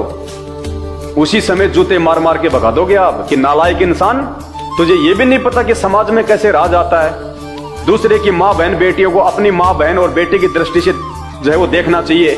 नालायक इंसान, तुझे इतनी भी तमीज नहीं है।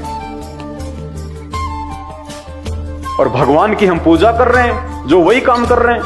उनके आगे हम अगरबत्ती कर रहे हैं, उनके हम फूल चढ़ा रहे हैं कि भगवान बहुत अच्छा, तुम करो, हम संभाल लेंगे, टेंशन ना लो आप। क्यों? क्योंकि आज तक हमारे को इन भगवानों का यह चरित्र इन्हीं शास्त्रों से इन नकलियों ने नहीं दिखाया। इन नकली शास्त्रियों ने, पंडितों ने, ब्राह्मणों ने, इन कथावाचकों ने, शंकराचार्यों ने हमारे को यह सच्चाई नहीं बताई। इन भगवानों की पार्ट 2, केवल पार्ट 1 पढ़ाया हमारे को। मीठी मीठी कथा कहानियां भिलनी राम की, सुदामा श्री कृष्ण जी की मीठी मीठी कहानी सुना सुना के दान पेटियां भरी। ये पार्ट 2 ये नहीं दिखाया, सच्चाई नहीं दिखाई, सिक्के का दूसरा पहलू नहीं दिखाया। क्योंकि ये अगर वो बता दें इन भगवानों के विषय में तो लोग इनको पूजना छोड़ दें और लोग सवाल करें कि ये तो भगवान हो नहीं सकते ऐसे काम करने वाले। भाई भगवान कौन है उसकी जानकारी दो, जो इन गंदे कर्मों से दूर होता है। अरे भगवान भी अगर ये संभोग करेगा, वासना में अगर वो लिप्त रहेगा, किसी भी माँ बहन बेटी को देख के अगर उसको पीछे से बांध भर लेगा, वो भगवान काहे का?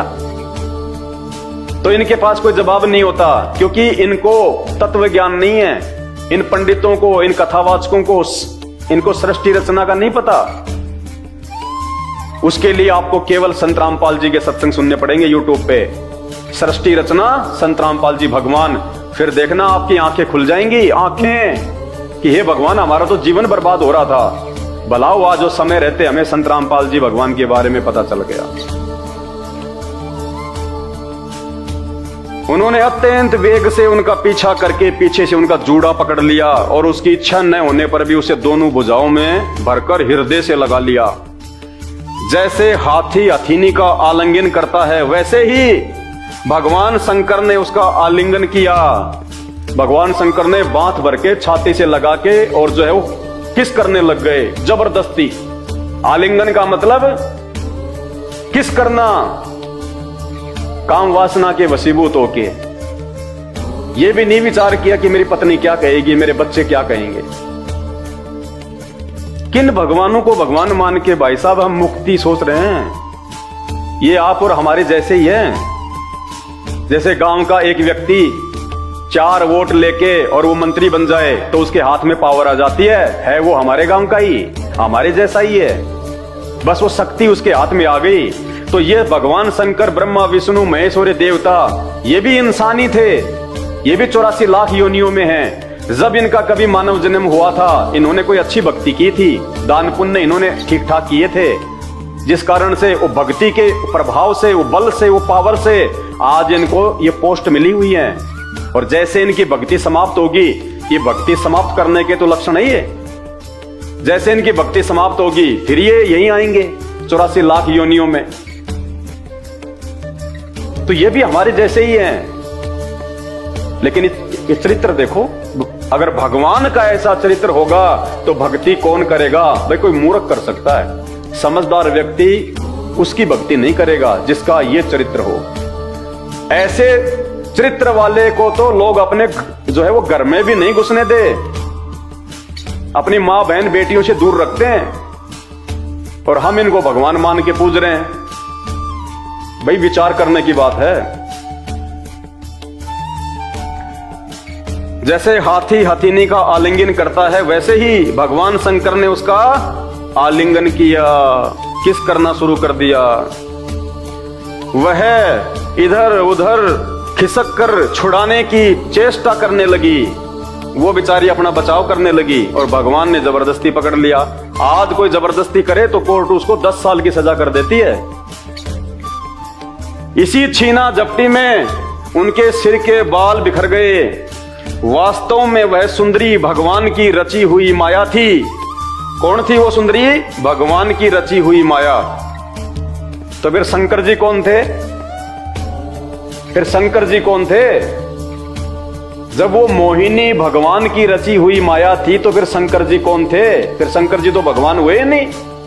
जो शंकर जी किसी और भगवान की रची हुई माया पे आसक्त हो गए तो वो भगवान कौन है भाई? ये सारा रहस्य आपको समझ में आएगा संत रामपाल जी के जब आप सत्संग सुनना शुरू करोगे।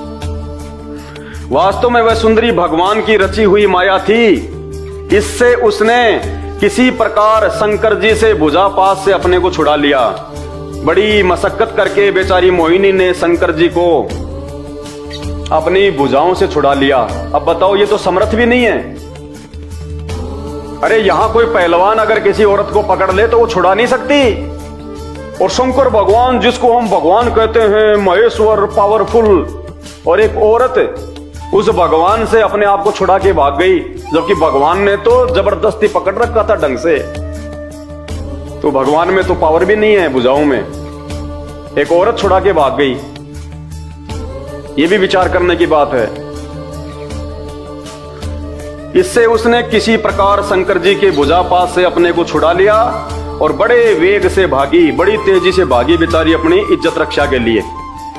भगवान शंकर भी उन मोहिनी वेशधारी अद्भुत कर्मा भगवान विष्णु के पीछे पीछे दौड़ने लगे।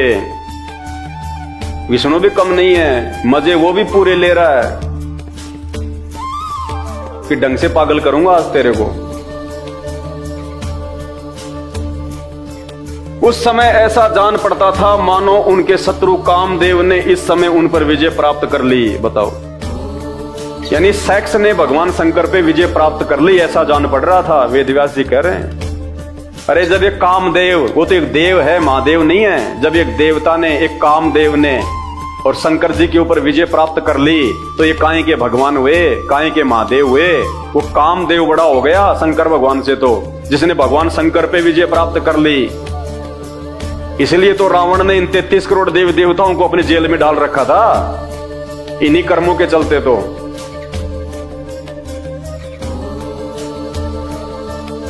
कामुक हथनी के पीछे दौड़ने वाले मदोन्नत हाथी के समान वे मोहिनी के पीछे पीछे दौड़ रहे थे।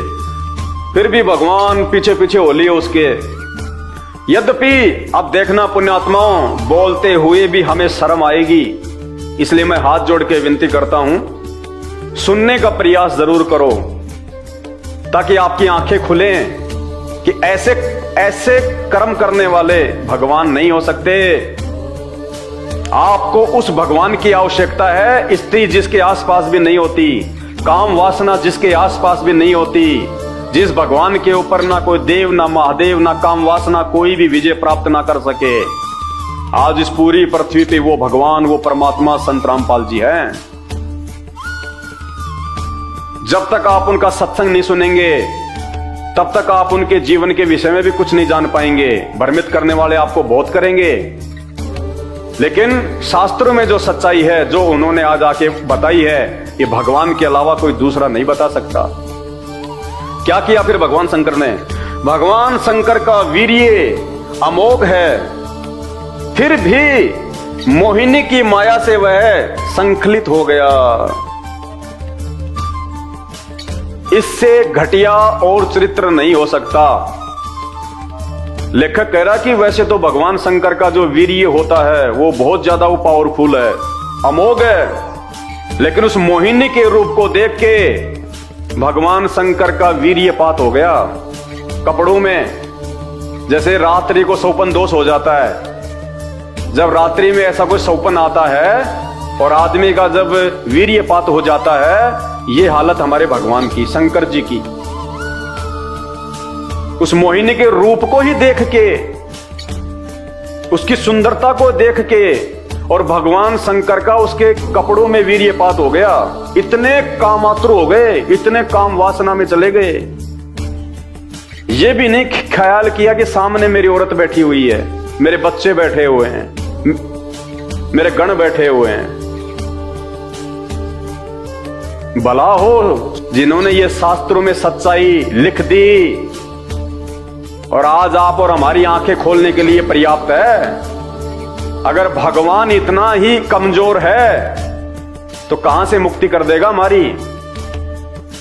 अरे ये भागवत सुनने से आपके अंदर काम वासना जागेगी या फिर कोई भक्ति के प्रति आपकी रुचि बनेगी? अगर ये चरित्र पढ़ेंगे तो क्या होगा? आप कहोगे अपने बच्चों को कि तुम्हारे को भगवान शंकर के जैसा बनना चाहिए। कोई माँ बाप नहीं चाहेगा कि मेरा बेटा भगवान शंकर के जैसा बने। ये हालत है। अरे 5 किलो देसी घी का किसी ने हलवा बनाया, हलवा तो बहुत अच्छी चीज होती है, सब कोई जो है खाने की इच्छा होती है, और उसमें एक बूंद यदि कोई जहर की डाल दे, कोई खाएगा उसको? कोई नहीं खाएगा। कोई मूर्ख खाएगा या कोई बिल्कुल जो पागल होगा वो खाएगा, जिसको जहर का नहीं पता। तो ये चाहे कितने अच्छे हों भगवान शंकर, लेकिन एक चरित्र दाग लगा देता है, दाग।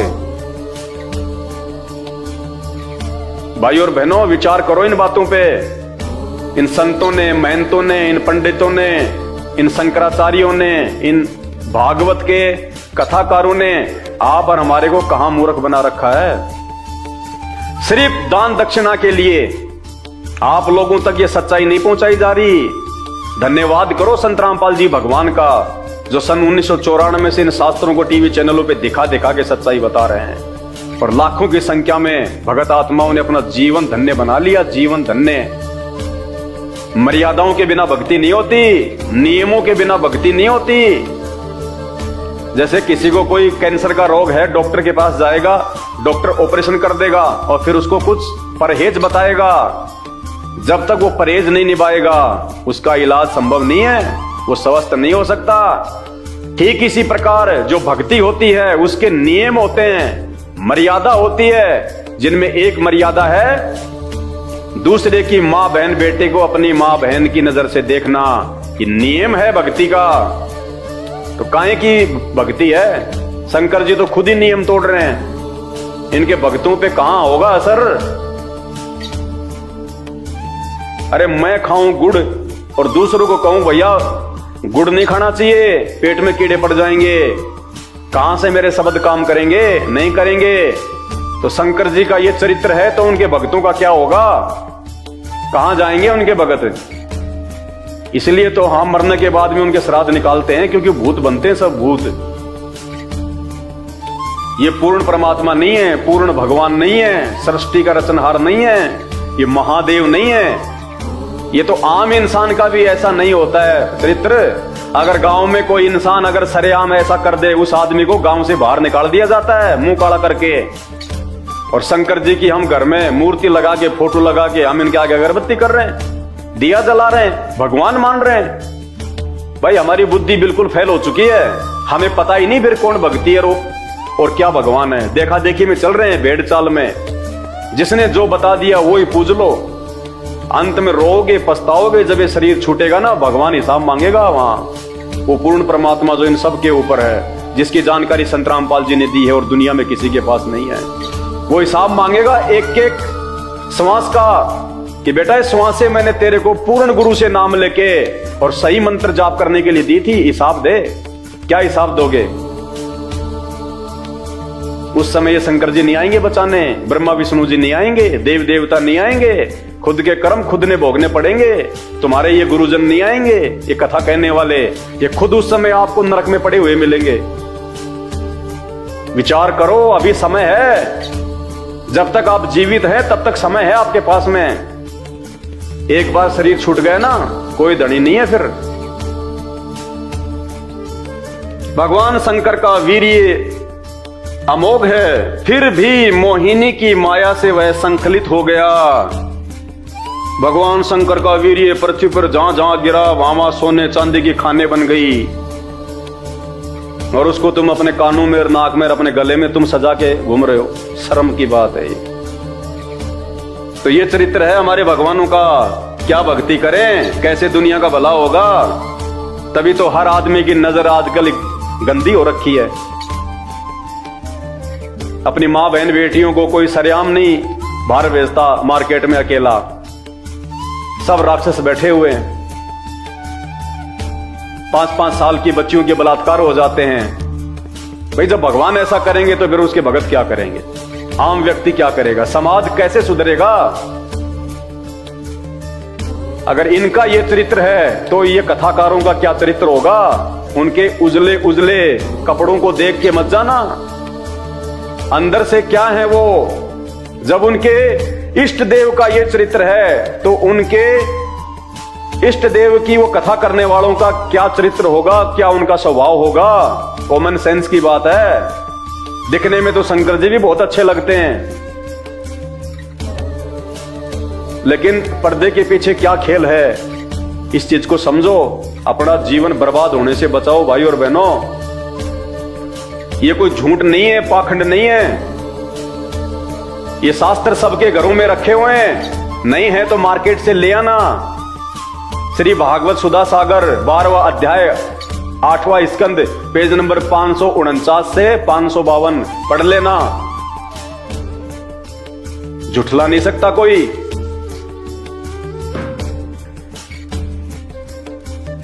फिर क्या कहा सुखदेव जी ने, हे परीक्षित, वीर्यपात हो जाने के बाद उन्हें अपनी स्मृति हुई।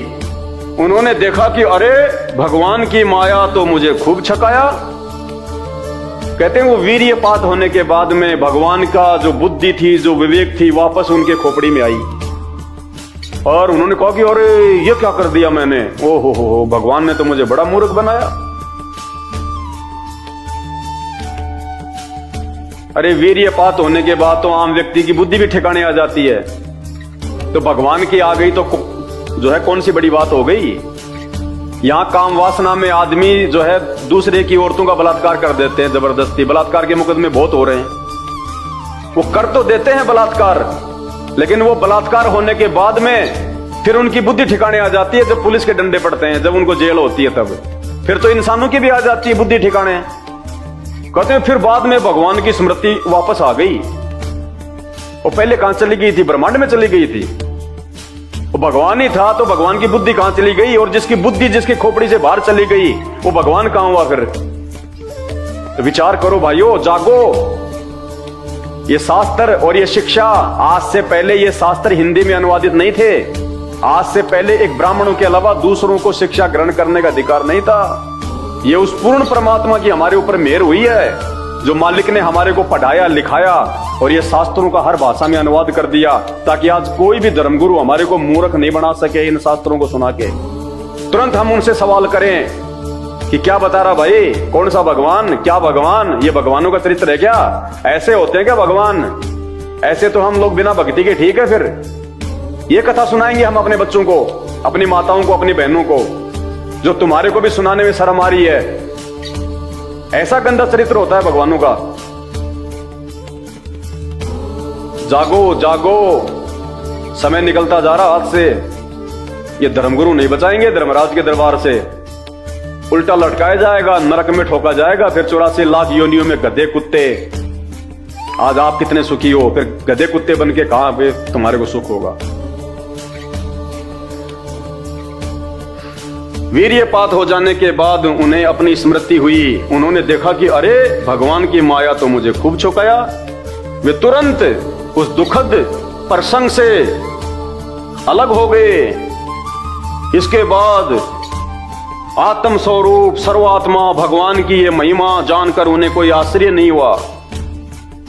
इतना घटिया काम करने के बाद भी उनको शर्म नहीं आई। कहने का मतलब ये है इसका। आगे देखिए, सुखदेव जी कहते हैं, प्रिय परीक्षित, मैंने विष्णु भगवान की यह ऐश्वर्य पूर्ण लीला तुमको सुनाई। अब इसमें खाक ऐश्वर्य पूर्ण है, क्या है इसमें ऐसा महान है? ये तो शर्मिंदा होने की बात है। और ये कहने कि मैंने तुम्हें भगवान विष्णु की ऐश्वर्य पूर्ण कथा सुनाई। भाइयों विचार करो। सुखदेव जी कहते हैं, प्रिय परीक्षित, मैंने विष्णु भगवान की यह ऐश्वर्य पूर्ण लीला तुमको सुनाई, जिसमें समुद्र मंथन के समय अपनी पीठ पर मंदराचल धारण करने वाले भगवान का वर्णन है। जो पुरुष बार बार इसका कीर्तन और श्रवण करता है, उसका उद्योग कभी और कभी निष्फल नहीं होता। बताओ, कहते हैं जो व्यक्ति इस कथा को बार बार सुनेगा और सुनाएगा, उसका काम धंधा बहुत अच्छा चलेगा। जूते पड़ेंगे, जूते। आप सुना के दिखा दो यहां पे रोड पे तुम खड़े होके, जैसे ये दास अपने गुरुदेव के आशीर्वाद से तुमको सुना रहा है, तुम रोड पे खड़े होके सुना दो, जूते पड़ेंगे, जूते।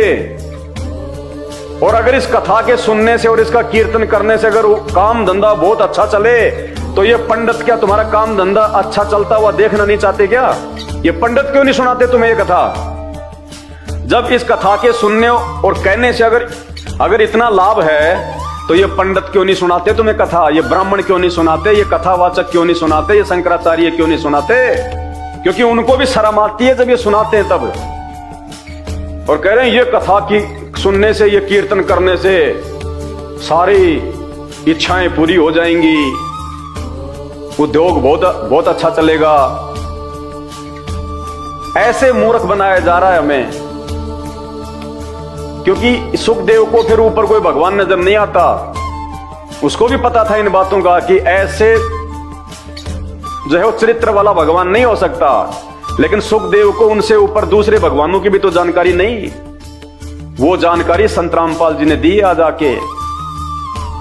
एकमात्र संत रामपाल जी हैं जो ये कथा सुनाने के अधिकारी हैं, एक संत के रूप में, धर्म गुरु के रूप में। अरे जब द्वापर में कोई ये कथा कहने का अधिकारी नहीं था, सबने हाथ खड़े कर दिए, और आज ये ले लेके बड़े बड़े पंडाल लगा लगा के माइक और ये कथा करते फिरते हैं। ये जीवन बर्बाद कर रहे हैं, समाज का जीवन बर्बाद। ये अधिकारी नहीं है, ये भी मरने के बाद में सूअर बनेंगे, ये गधे कुत्ते बनेंगे, 84 लाख योनियों में जाएंगे। ये विधान है परमात्मा का। सत भक्ति केवल संत रामपाल जी के पास है, आज पूरे विश्व में किसी के पास नहीं है। अगर समझ में आ जाए तो बहुत अच्छी बात है। जो पुरुष बार बार इसका कीर्तन और श्रवण करता है, उसका उद्योग कभी और कभी निष्फल नहीं होता। आगे 13वां अध्याय आ गया। तो भाई और बहनों, आप सबसे मेरी हाथ जोड़ के विनती है, ये मानव शरीर परमात्मा ने केवल भक्ति के लिए दिया है। मानव जन्म दुर्लभ है, ये मिले न बारंबार। जैसे पेड़ से पत्ता टूट जाए वापस नहीं लगता डाल। एक बार ये छूट गया ना, तो जैसे वो फल या पत्ता पेड़ से टूट के गिर जाता है, फिर वापस नहीं लगता, ये वापस नहीं मिलेगा। और ये जितने भी नकली धर्मगुरु हैं, ये कथावाचक हैं, ये हमारे मानव जीवन को बर्बाद करवा रहे हैं। इनको खुद को शास्त्रों का वास्तविक ज्ञान नहीं है, ना ये कथा करने के ये अधिकारी हैं, ना ये कोई मंत्र देने के अधिकारी हैं, ना इनका कोई चरित्र अच्छा है, ना इनके कोई विचार अच्छे हैं, ना इनकी भक्ति की कोई मर्यादा है, ना कोई नियम है। बस इनको दान दक्षिणा दिए जाओ, बाकी शराब पियो, बीड़ी पियो, मांस खाओ, तुम गुटखा खाओ, चोरी करो, जारी करो, तुम रिश्वत लो, जीव हत्या करो, इनको कोई मतलब नहीं है। समय रहते संत रामपाल जी के सत्संग सुनना शुरू कर दो। रोजाना शाम को 7:30 बजे साधना टीवी चैनल पे 7:30 बजे से 8:30 बजे तक 1 घंटे का सत्संग आता है। बाकी मोबाइल सबके हाथ में है, यूट्यूब पे जाके सर्च करो, सृष्टि रचना संत रामपाल जी भगवान। भाई और बहनों, आने वाला समय बड़ा विनाशक है, प्राकृतिक उथल पुथल का समय है। उस समय आपके ये नकली गुरु नहीं बचाएंगे आपको। जिन भगवानों की आप भक्ति कर रहे हो, जिनको भगवान मान के, ये आधे अधूरे भगवान आपको नहीं बचा पाएंगे। केवल संत रामपाल जी हैं जिनके मार्गदर्शन में आप अपने और अपने परिवार की रक्षा कर सकते हो। एक वर्तमान में धर्मगुरु कहलाने के अधिकारी, जगत गुरु कहलाने के अधिकारी केवल संत रामपाल जी हैं। इन संपूर्ण शास्त्रों का वास्तविक ज्ञान केवल वर्तमान में संत रामपाल जी को है। धरती पे दूसरा कोई पुरुष नहीं है कि डमी गॉड है, आधे अधूरे भगवान हैं। और ये जितने भी नकले संत, महात्मा, मंडलेश्वर, शंकराचार्य, धर्मगुरु हैं, ये आपको काल की भेंट चढ़ाने आए, काल की भेंट। समय रहते जाग जाओ। आने वाले समय में आपको और सच्चाई इन्हीं धर्म ग्रंथों से दिखाई जाएगी, जो सच्चाई संत रामपाल जी भगवान सन 1994 से लगातार दिखा रहे हैं। सिर्फ एक बार सत्संग सुनने की आवश्यकता है, निष्पक्ष होकर। जिस प्रकार आपने कभी पहली बार इन नकलियों के आपने सुने होंगे सत्संग, इनके प्रवचन कुछ भी नहीं है। जिसने संत रामपाल जी के प्रवचन सुन लिए निष्पक्ष होकर, धैर्य के साथ, और समझने का प्रयास किया कि वास्तव में इन धर्म ग्रंथों में क्या लिखा हुआ है और हम क्या साधना कर रहे हैं, हमसे किनको भगवान मनवा के पूजा करवाई जा रही है, और वास्तव में वो एक भगवान कौन है। सभी धर्मों की संत रामपाल जी ने पुस्तकें दिखा के उन धर्मों के अंदर फैले हुए पाखंड को उजागर किया है। चाहे हिंदू धर्म हो, चाहे मुसलमान धर्म हो, चाहे सिख हो, चाहे ईसाई हो, चाहे जैन हो, चाहे बौद्ध हो, सिर्फ YouTube पे जाके एक बार सत्संग सुनने की आवश्यकता है, वरना अंत में आपके पास में पछताने के अलावा दूसरा कोई चारा नहीं रहेगा। ये ब्रह्मा विष्णु महेश और ये 33 करोड़ देवी देवता, ये आधे अधूरे भगवान हैं, इसीलिए तो हर व्यक्ति इनका मजाक उड़ा देता है। एक वीडियो देखिएगा आप, जिसमें एक संत हैं, अपने आप को वो सनातनी कह रहे हैं,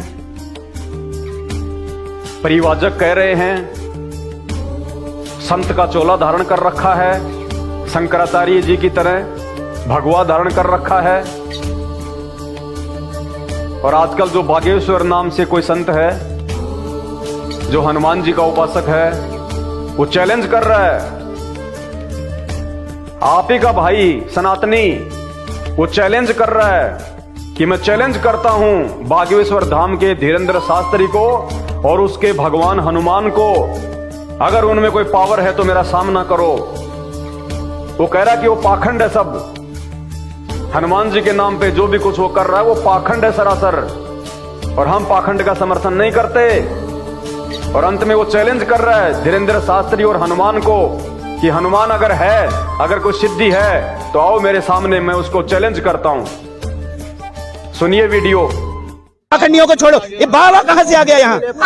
मैं एक परिव्राजक हूँ, मैं परिव्राजक हूँ, मैं पाखंडवाद का समर्थक नहीं हूँ। मैं कहता हूँ, अरे सुनो, मैं कहता हूँ यदि उसके हनुमान में इतनी दम है, बाबा बागेश्वर के हनुमान में इतनी, सुन लो मेरी बात, यदि उसके हनुमान में इतनी दम है तो इस देश के जितने वैश्यालय, जितने कत्ल खाने चल रहे, हनुमान जी जाएं और अपनी गधा से उनका चूरमा बनाए। बोलो सही कि नहीं? बोलो सही कि नहीं? यदि हनुमान जी इस युग के सिद्ध देवता है, यदि हमको देवताओं के सहारे जीना है, देवताओं के सहारे जीना, तो हनुमान जी जाएं और सारे कत्ल खाने, वैश्यालय, सारे कत्ल खाने अपनी गदा से, अपनी मुष्टिका से उनका पाउडर बनाएं। जैसा उन्होंने लंका में जाके, जैसे लंका में घुस के सर्जिकल स्ट्राइक किया था, वैसे हनुमान जी आज भी सर्जिकल स्ट्राइक करके दिखाएं, तो हम बागेश्वर वाले हनुमान जी को और उनके उन चमचों को चैलेंज करते हैं। बोलो। काफी ज्ञानी लग रहे, कितना पढ़े लिखे हैं आप? अरे हमने पढ़ाई लिखाई तो 2.5 अक्षर प्रेम का, पोथी पढ़ पढ़ जगमुआ पंडित भयानक होए, और 2.5 अक्षर प्रेम का पढ़े सो पंडित होए। तो सुना आपने वीडियो, हनुमान जी को चैलेंज कर रहा है। क्यों चैलेंज कर रहा है? क्योंकि उनको पता है कि ऐसी कोई शक्ति व्यक्ति नहीं है, ये पूर्व जन्म की कोई सिद्धि है, कोई छोटी मोटी, धीरेन्द्र शास्त्री के पास में, जो वर्तमान में वो अपनी शक्ति को बर्बाद कर रहा है, वो खर्च कर रहा है, और अंत में जब उसकी वो शक्ति वो खत्म हो जाएगी लोगों में बांट बांट के, उसका क्या हाल होगा फिर। तो इनको भी पता है इन सब बातों का कि इन देव देवताओं के नाम पे केवल लोग ढोंग कर रहे हैं, पाखंड कर रहे हैं, लोग अपने धंधे को चमका रहे हैं। तभी तो इन्होंने हनुमान जी को भी चैलेंज कर दिया कि अगर हनुमान जी है तो आओ सामने, क्योंकि इनको सब पता है इन शास्त्रों में क्या लिखा हुआ है, ये कहां तक के भगवान है, कहां तक की इनकी पावर है। एक वीडियो आपको और दिखाते हैं। श्री नरेश चंद्र अग्रवाल जी हैं, राज्यसभा के सदस्य हैं। वो राज्यसभा में, जहां पे देश के नेता लोग बैठे होते हैं, जहां पे बुद्धिजीवी लोग बैठे होते हैं, उन सब के सामने वो एक श्लोक बोल के आपके देवी देवताओं का, आपके भगवानों का, जिनको आप भगवान विष्णु मान के पूज रहे हैं, हनुमान जी मान के पूज रहे हैं, उनका मजाक उड़ा रहे हैं, और उनके साथी तालियां बजा रहे हैं, हंस रहे हैं। वो कहते हैं कि विस्की में विष्णु बसे, विस्की शराब, उसमें कौन बसता है? विष्णु भगवान, जिसको आप भगवान मानते, जिसकी पूजा करते हैं।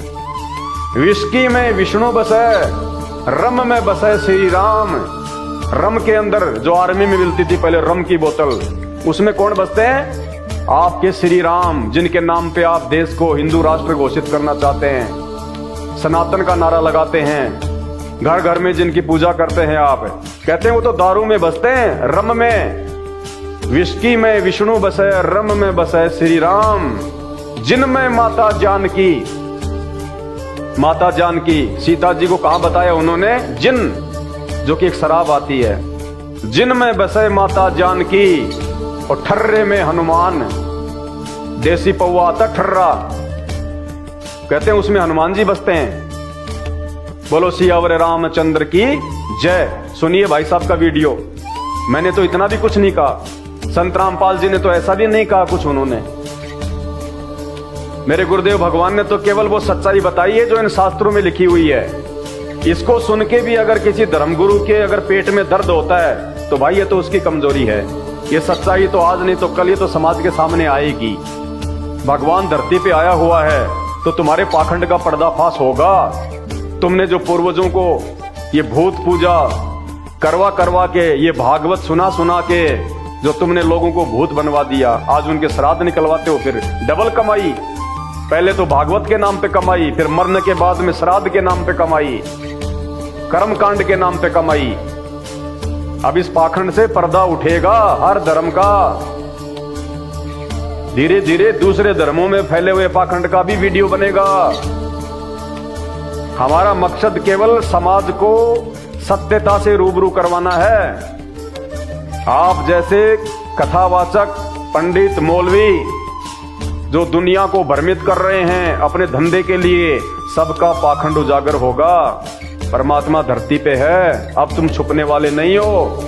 तुम्हारी दुकानें बहुत चल चुकी हैं, अब नहीं चलेंगी।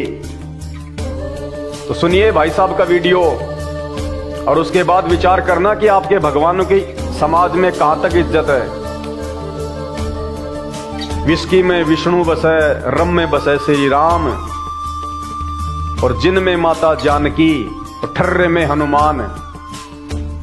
क्योंकि इन भगवानों का जो है वो चरित्र शास्त्रों में है।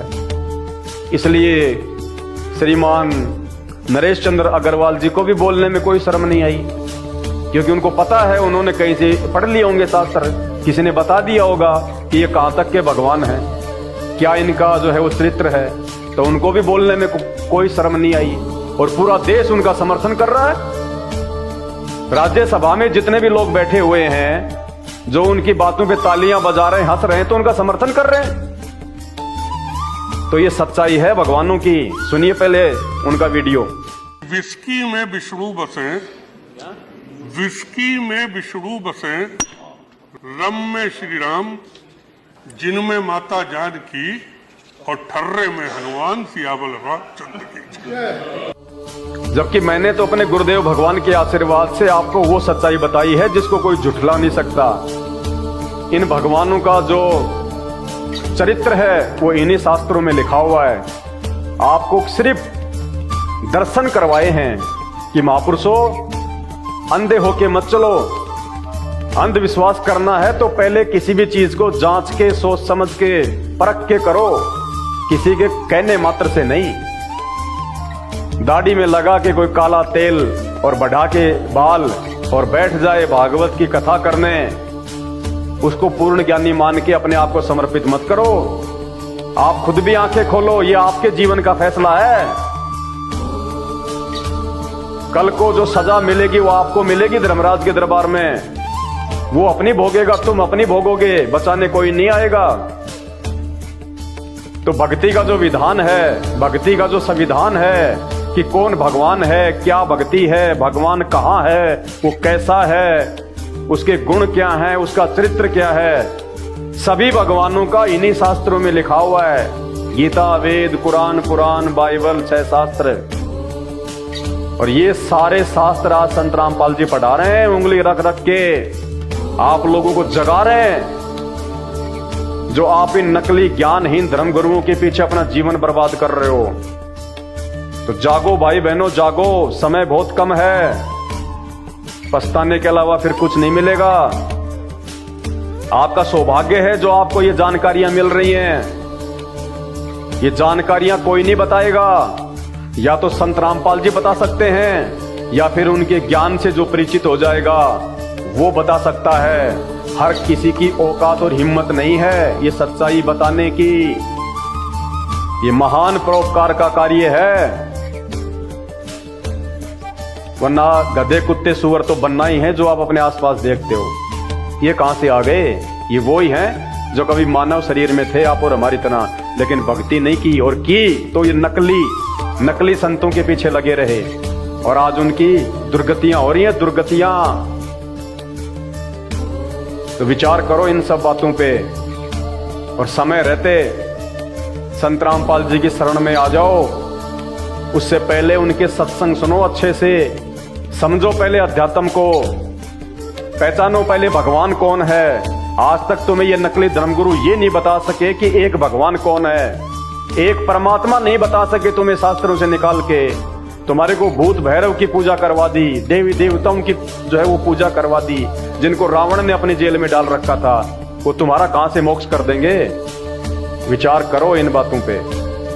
तो हाथ जोड़ के विनती है, मैं केवल आपको समझा सकता हूं, आपसे विनती कर सकता हूं। मानना या ना मानना ये आपके अपने बुद्धि विवेक के ऊपर है।